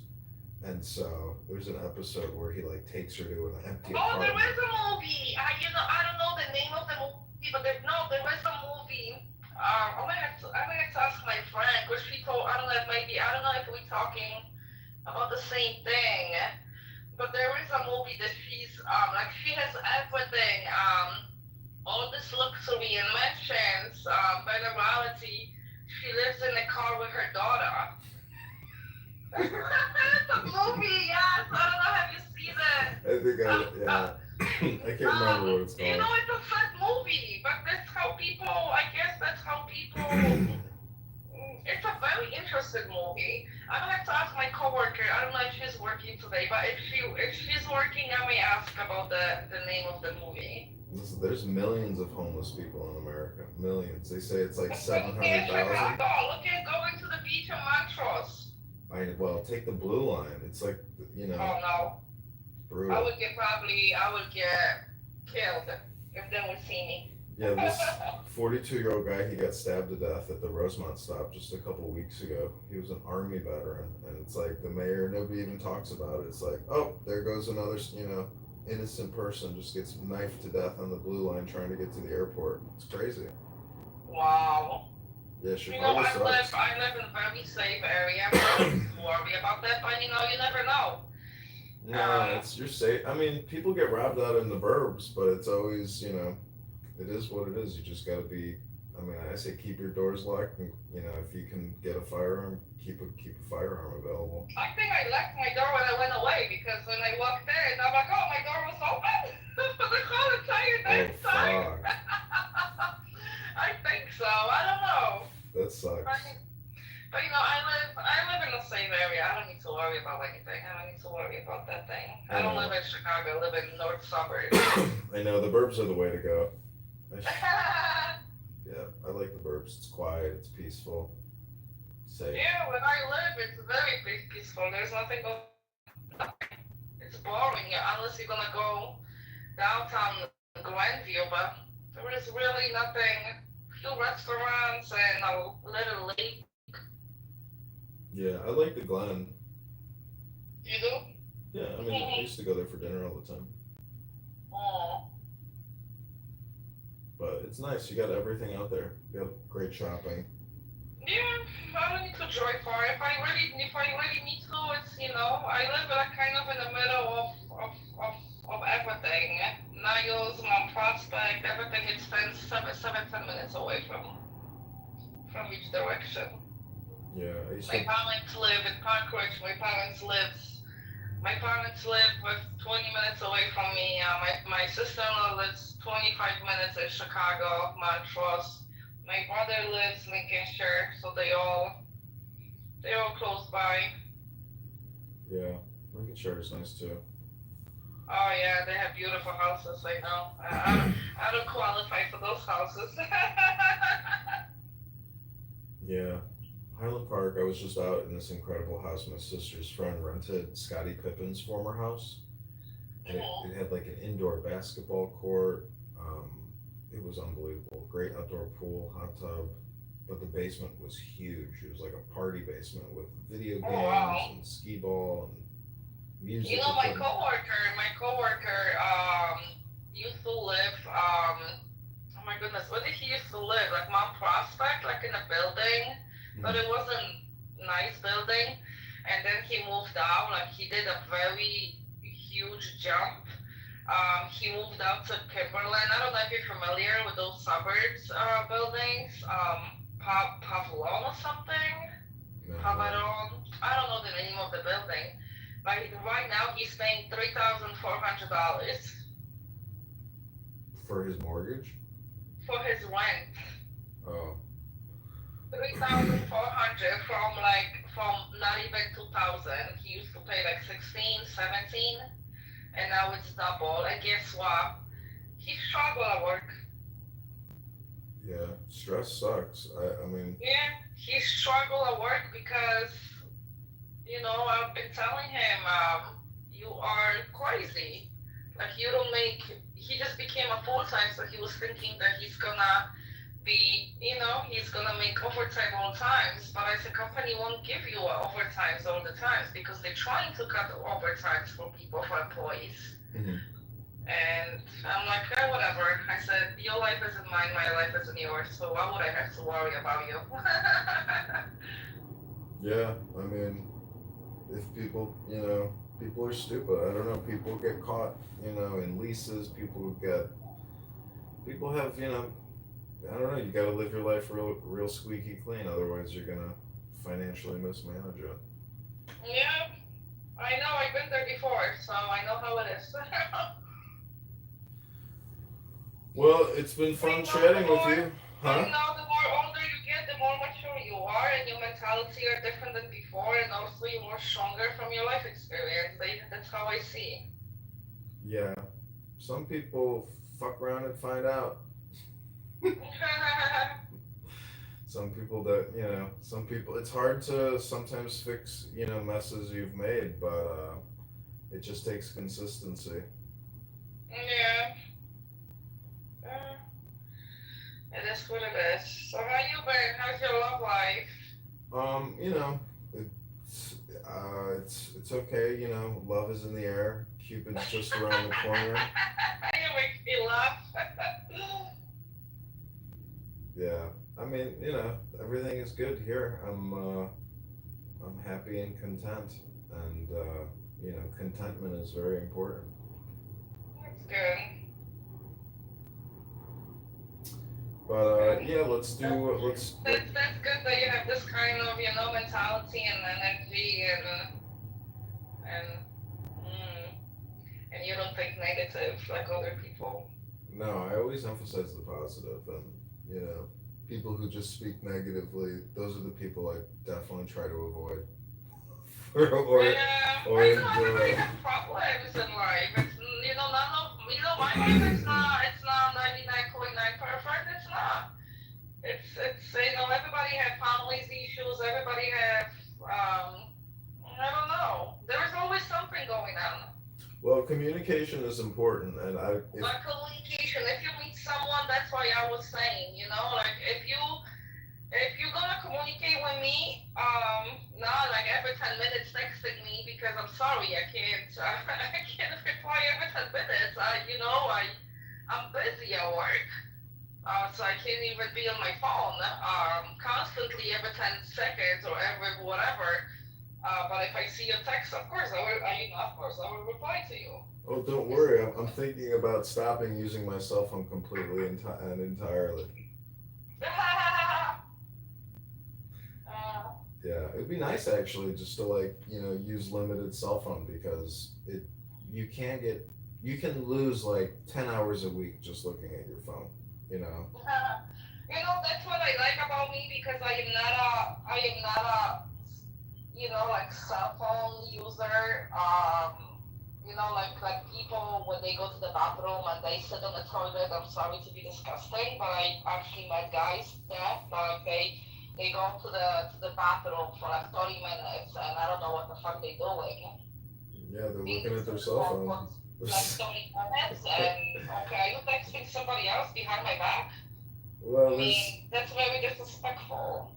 I don't know, people, cell phones, I think, make relationships very difficult now. And, It is because it's all this social media, it's all this like I told you, before and after I am not gonna lie to you. People been texting me right and left.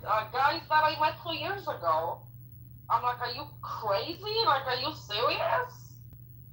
Like you removed me out of your life. You've been probably fishing for 2 years. You probably didn't find anyone, and you met me. You know that I'm very honest. You know who I am, but I'm not honest the way I was before. Because people were manipulating me. I experienced a lot in life, and especially when I'm standing right now. I don't live beautifully, but compared to a lot of people, I'm okay. I'm blessed. I worked 3 jobs for 2 years. I never even went out because like people were asking me, "Oh, when we gonna go out?" No, I gotta go to work. I gotta go to work. I gotta go to work. But guess what? At the end of everything, I drive beautiful car. At the end of the day, I live beautiful. I have furniture in the house. I don't have only a bed in my king bed. I have the way it should be. I'm clean woman. I'm trying to be organized. My closets are nice. Everything is very organized the way it should be. mhm. I don't have that like in my friends. My friends live with parents. My friends, at age of 49, I'm not gonna lie to you. They only looking for a guy who has a house. I'm like, okay, but what do you have to offer? What do you have to offer? You showing your books and what? What else? You don't even have a stable job. You clean houses for cash. I don't know if you have papers to travel because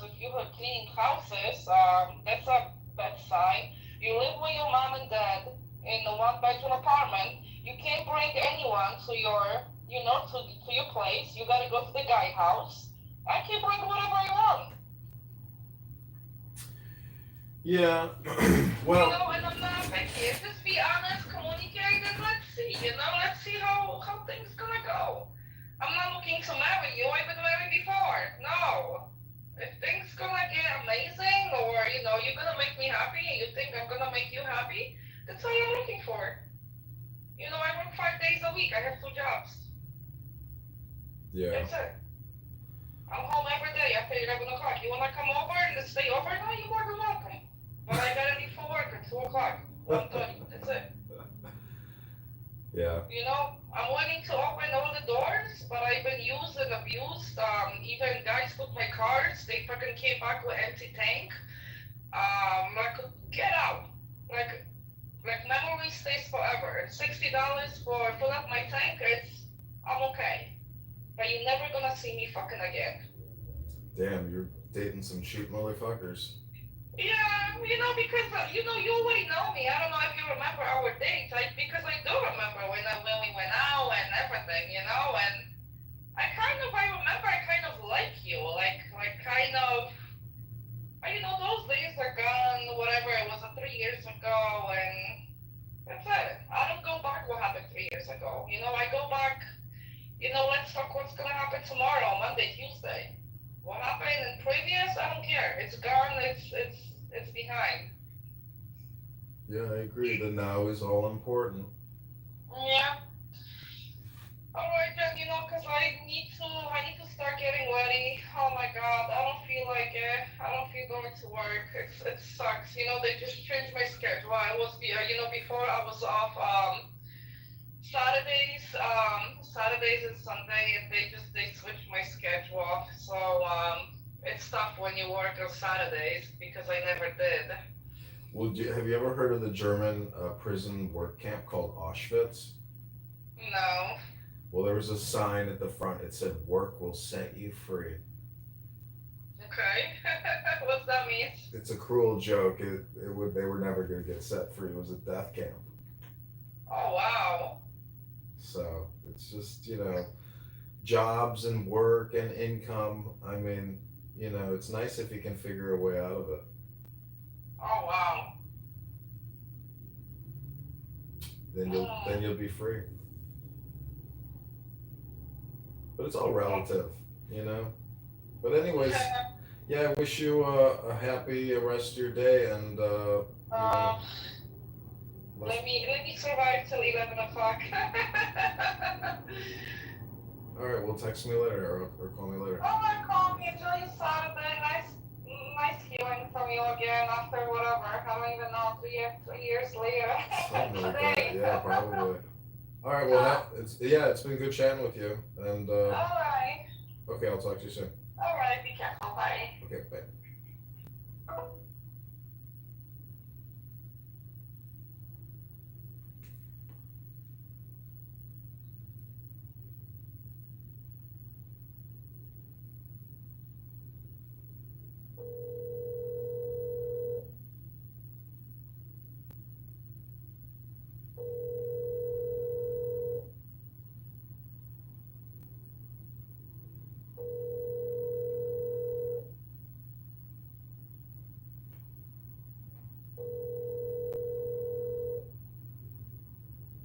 Your call has been forwarded to an automatic voice message.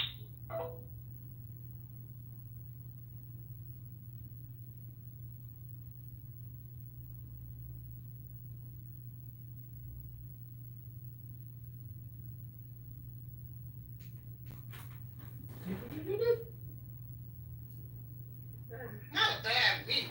Yeah, he's having a whole over week right now. It's just a week? No, that's the question, Karen.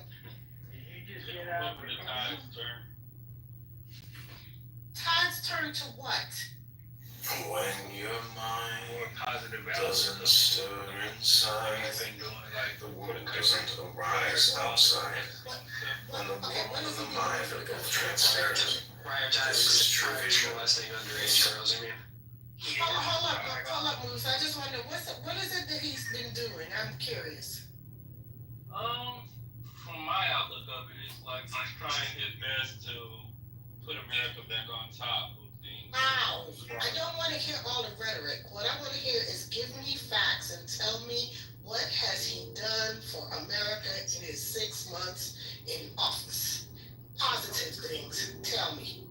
Okay, I'll start with the, well, this might ruffle a few feathers, but I'll start with the deportation of illegal immigrants. I think that's like setting a tone for the rest of the world. Like, we're not just going to allow people in here with no documentation. So how has that helped you? How has that helped your life? How has that impacted your life? It gave me kind of like more of a peace of mind and lets me feel like relieved that we actually have a president that actually cares about the citizens. You're not, okay, pure blood, let's have this conversation, right? As a woman that's probably a lot older than you, right? And you're probably old enough to be my child. So I've lived a little longer than you. And here's the question I'm asking, and I really want specifics, because you guys do this dancing around conversations instead of answering questions directly.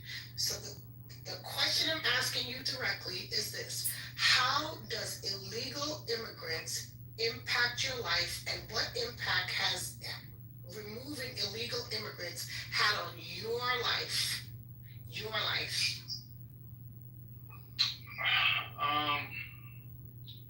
See, that's a kind of a nuanced kind of question where I have to answer it in kind of like blanket layers of things. But I think that removal of illegal immigrants is kind of like, I don't know, do you own a home? Like, if you own a home, you would understand, like, for example. I actually own 2 homes. What's your point? Oh, that's amazing. So, like, say you had intruders in your home, like maybe some pests, like maybe mice or roaches or something. And, over time.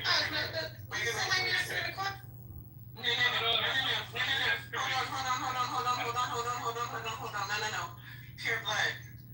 Okay, I need you to do better. You are not going to compare humans to roaches and mice. You're not doing that. Now you need to find another way to answer the question, because we are not doing that. Okay? I try to tell you to stay away from the analogy. It's bad. If you insist, you need a new one. Dr. A.T., not doing that. He's not even answering the question, because the question I asked him. Yeah, it's not going to go anywhere.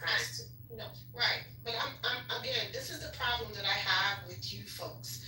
And I'm going to say you folks, you MAGAs. Well, right? Let him try again, because He's tried 3 times. I know, but I interrupted his second time. Let's let him try one. Okay, we're going to try one more time. Come on. How has it impacted your life directly? Okay, like, with a lot of things in life, you know, the first step, you might not see results.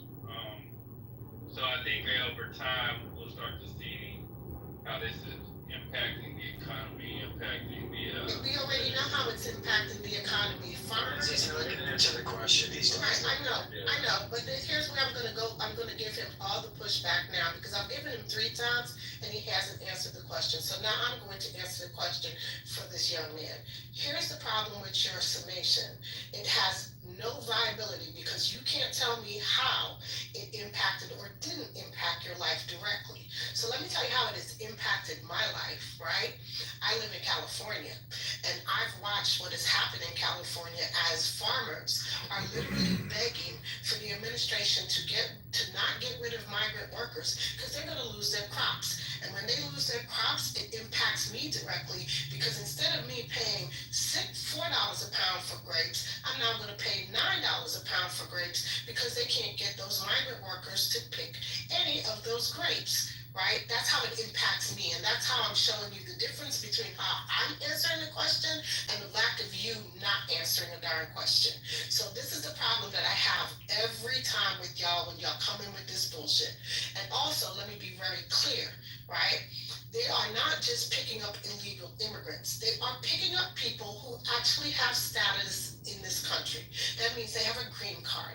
That means they have a TP TPS, which is temporary protected status. It also means that they are in court, literally going through the process, and they are going to federal courts and picking up people in the middle of them going through the adjudication for their cases to become legal in this country. So your argument is moot because you are not coming with facts. You are in pure fiction.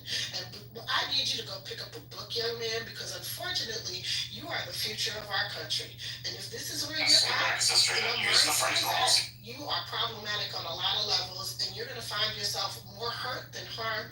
And it's just absolutely saddening for me. I'm going to go on.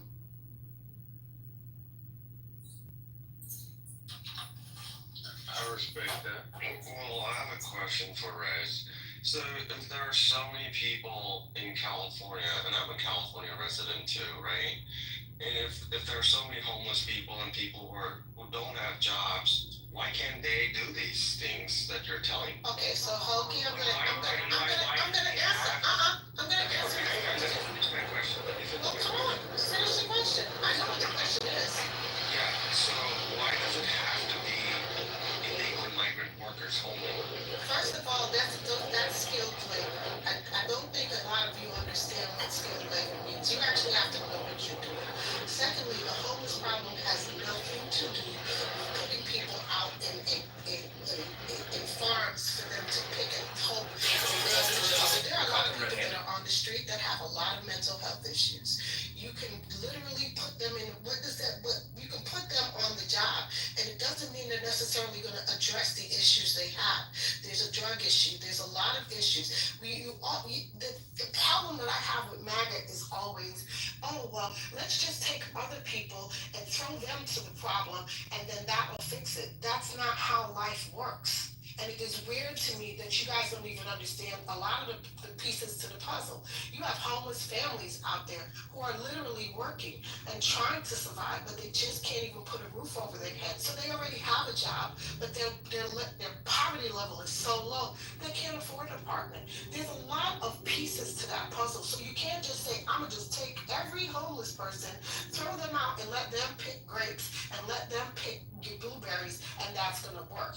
Again, it is skilled labor. That means you have to have the skill set. One, you have to know when the harvest comes. You have to understand what product you're picking, and you have to know the rate of what you're needing to pick in order for you to be able to get your stuff from farm to table. And that takes skilled work.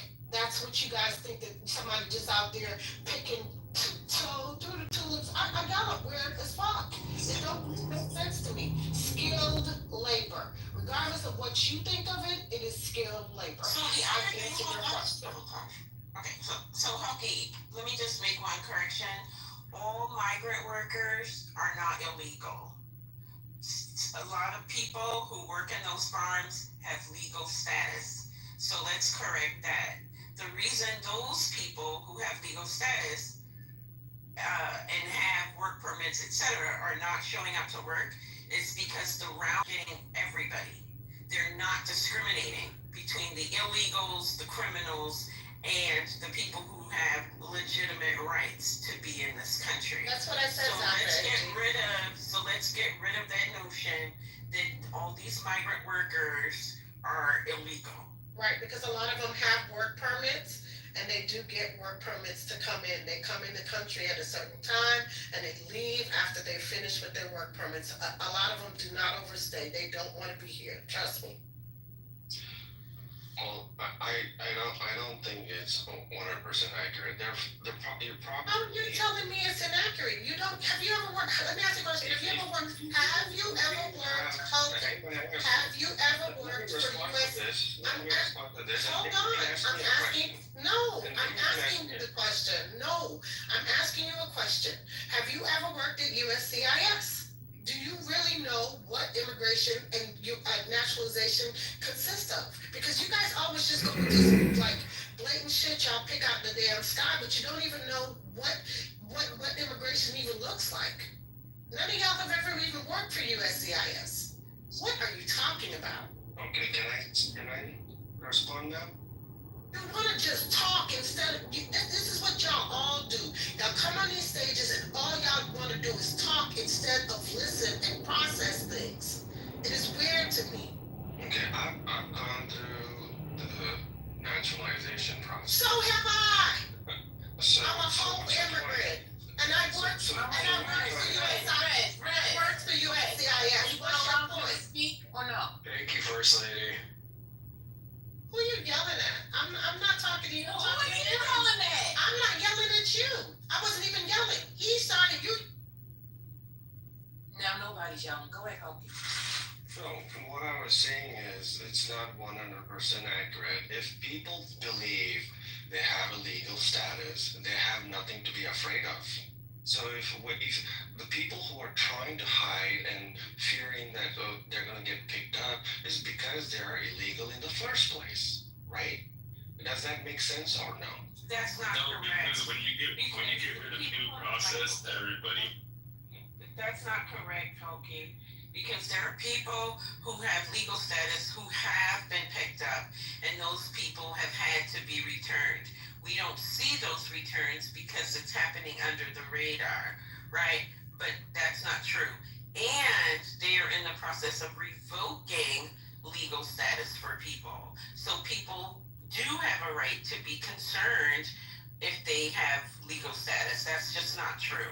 And that's easily explained They will by now Google proceed search. to And you corrupt can go zoning to and the second development and page get of your 50 Google million search. in Because taxpayer sometimes the stuff funds that's and on the first redevelop and page perpetual can be low-income bullshit. housing. But This is you Democrat know, you can communist Google group. that. Bill There have been Cuomo's several taxpayers, cases. Most business recently, owners, somebody from the Democrat guy from Florida. farmers. Everybody was talking about like the hairdresser guy. They got him back. They got the guy back that they shipped to Venezuela. They got that person back like a week ago. So no, they're exporting people who have legal rights to be here as well. And also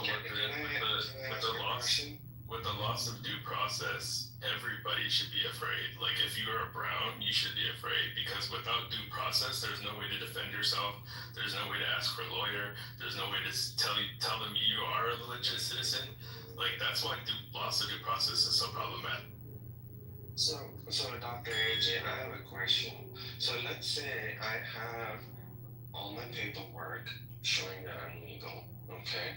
But during the process of obtaining that legal status, if I had fabricated with my skills or if I had lied on my resume or whatever, and then I got my status, how would you consider that case? Well, we all know that people's status can be revoked if it's determined that they lied on their application. But I'm gonna flag your question here as a red herring because in the situations that I brought up, there was no indication that those people had run afoul of the immigration process. So that's not relevant to the conversation that we're having. It's an attempt to deflect, and it's also an attempt to make people believe that nobody who's being picked up is rightfully in this country. Or put it another way, that these raids are not exporting people in contravention of their civil rights. So I'm not going to engage with that. That's a different conversation. And none of the cases I mentioned was that the case. Yeah, but common people don't have access to that data, right? So when somebody is chasing somebody because they have some information about who are the common people? These are ICE agents. Hold on, Rez. Let me. Who are the common people that you're referring to? Like you and me, right? If okay. You and me don't have but why access would I be to every chasing someone? Why would I be chasing someone? No. When I say I'm talking about ICE. So you and I don't have. Okay, hold on. Don't go so fast. I want to make sure that we're on the same point. Yeah. Okay, so if you're referring to ICE as the common people who don't have the information, that's a problem. No. I'm saying common people like you and me. ICE have information. That's what I'm. Okay. ICE has these information, and they know who lied and who fabricated, or whatever ways they obtained the legal status is not ethical. So they have that information. So for us common people or citizens, we feel like they're taking away people with legal status. I gotcha. Yeah, we because feel that have way. information. Yeah, we feel that way is what I'm trying to tell. Right, and I get it, right? And that comes with this belief that we believe that if our government or if the agents of our government are carrying out an action, like a legal action, deporting someone is a legal action, that they're doing it rightfully, right? That they're not breaking any laws. I get it. That's a faith. That's a faith in how they execute their authority. But I think now, as a citizen, for me, I'm living in a time, and I take it. Not everybody follows these things like I do. I get it. But for me, I'm living in a time where it's being demonstrated almost daily, definitely weekly, that we are dealing with a government that is not operating within precedented lines of legality, right? And so my suspicion is justified by the way that they're moving. Never in this country have police, law enforcement, ICE, the sheriff, the constable, the bailiff in the courtroom, the dog catcher, the people who work for animal control, roamed our streets and administrated justice, be it a ticket because your dog pooped and you didn't pick it up, be it a traffic ticket, be they come to your house to serve a summons, whatever, where they are masked and unidentifiable. That has never happened in this country. And so to see the government operating that way makes me suspicious of what they're doing. So I get it. We're supposed to have faith that they're doing these things and that obviously if they arrested the person must have done something. But history and the times give us a good reason to believe that that is not always true anymore. Does that make sense, Hunky? No, the thing is, I can't wrap my head around discrediting that fact, because as you know, and as many people know in this room, I'm a legal immigrant, and I went through the process for almost 15 years to get my naturalization, okay? So I know what it takes and how painful the process is. I get it. So for me, somebody getting a status quickly, or there could be amnesty, asylum, or whatever it is, there are so many programs the country allows in general to help people. And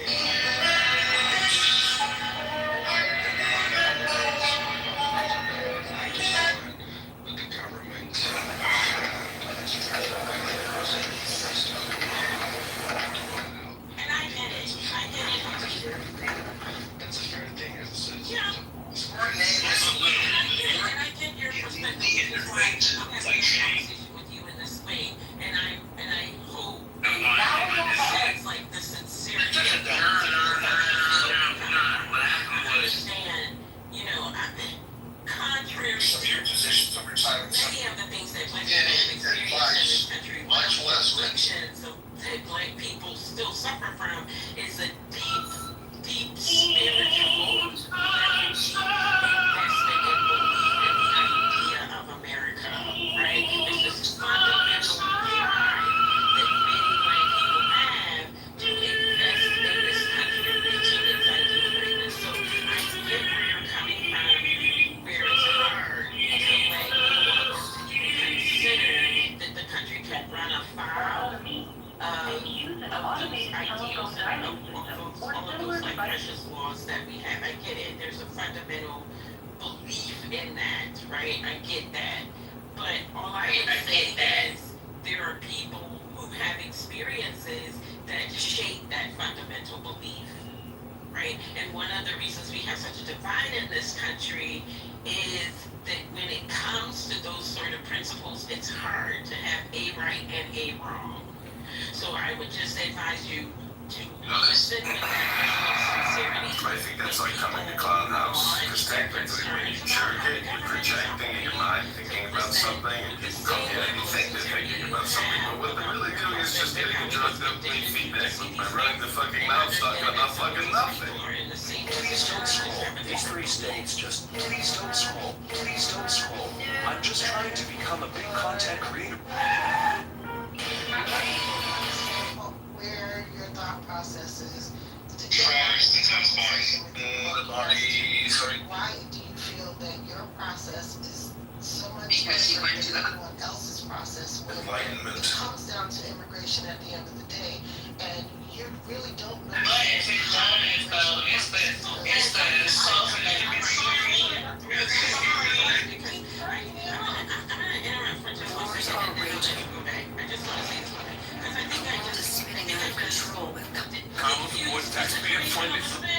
And I mean, he explained like because his process was different. What he said From my friend over here from Puerto Rico. because of his process, he views the immigration procedures that are happening now differently. He didn't say his process was different. He's just saying that as a result of his process, he has a particular perception around what's happening now with immigration. But why do you need to cut me off when I'm asking you Because I'm trying to clarify and I don't want it to get back to you. From my friend over Moderation, you can But I'm not charging you. I'm asking you very serious questions. Those questions are serious to me. Because I'm here. And I'm you can direct your questions to him. Right, that's what I'm asking. So, Hunky, why do you feel that your immigration process was that much different than anyone else's currently that came here that has a status, and now their statuses are being revoked, and they're being pushed out of the country when they went through probably similar processes that you went to? What's your It's like, just listening up to hear my district a bit. This is a simple question. I'm not saying my process is different. I'm just saying I know what it takes to be a U.S. citizen. That's all I'm saying. And there's when people say, yeah, this land is built with immigrants, that's true. Land is my land, this land is your land. Make this country free, right? That matters, right? And that's where my point of view is. So quality is weird to me because who gets the measuring stick of what quality looks like, right? Because at the end of the day, right, because here's the problem, right? When you look at this, as far as immigration in this country has, like you said, and I'm going to absolutely agree with you, there are several different statuses as to how you can come in this country. You can come in through a work visa. You can come in through a student visa. You can come in through several different ways. At one point, they used to have lotteries. They used to have lotteries for Visa cards. You have the HBN1 visa program, the EB1 program. I mean, there's a million programs. You have asylum. Asylum statuses come vary in different levels and different situations based on your situation. If you're coming from a country where you have faced violence or you are in a situation where you feel your life has been threatened, you can come in through the asylum program. All these programs have different pathways to citizenship, and they're very complicated and they're very complex. So it's weird to me that you feel as though there is a quality of a person what this quality of this person looks like. Because when people are coming from fleeing persecution, there's no quality involved in that. They're just trying to have a better life for themselves. So it's weird to me as an immigrant that you feel so like entitled and you feel like you're above everyone else, and you hit some kind of quality program that you're the quality of immigrant that Americans are looking for. It's super weird to me. And again, you've never addressed the conversation I was asking you earlier as to what about those people whose statuses are being revoked and being taken from, and they're literally looking to take away, because in the fall, they've revoked 500,000 statuses for the Haitian immigrants and for Cuban immigrants, if I'm not mistaken. I know it's about 500,000 that have TPS currently, and they've revoked it. So what about those people? I'm just curious. Yeah, I mean, I think I partially addressed that when I said something when I responded to Dr. A.G. So, as I mean, you're working with USCIS, you know this, and there's a cap on every country as to how many people they can allow per year. Is that information right or wrong? No, that is incorrect. That's not how it works. So there's no cap.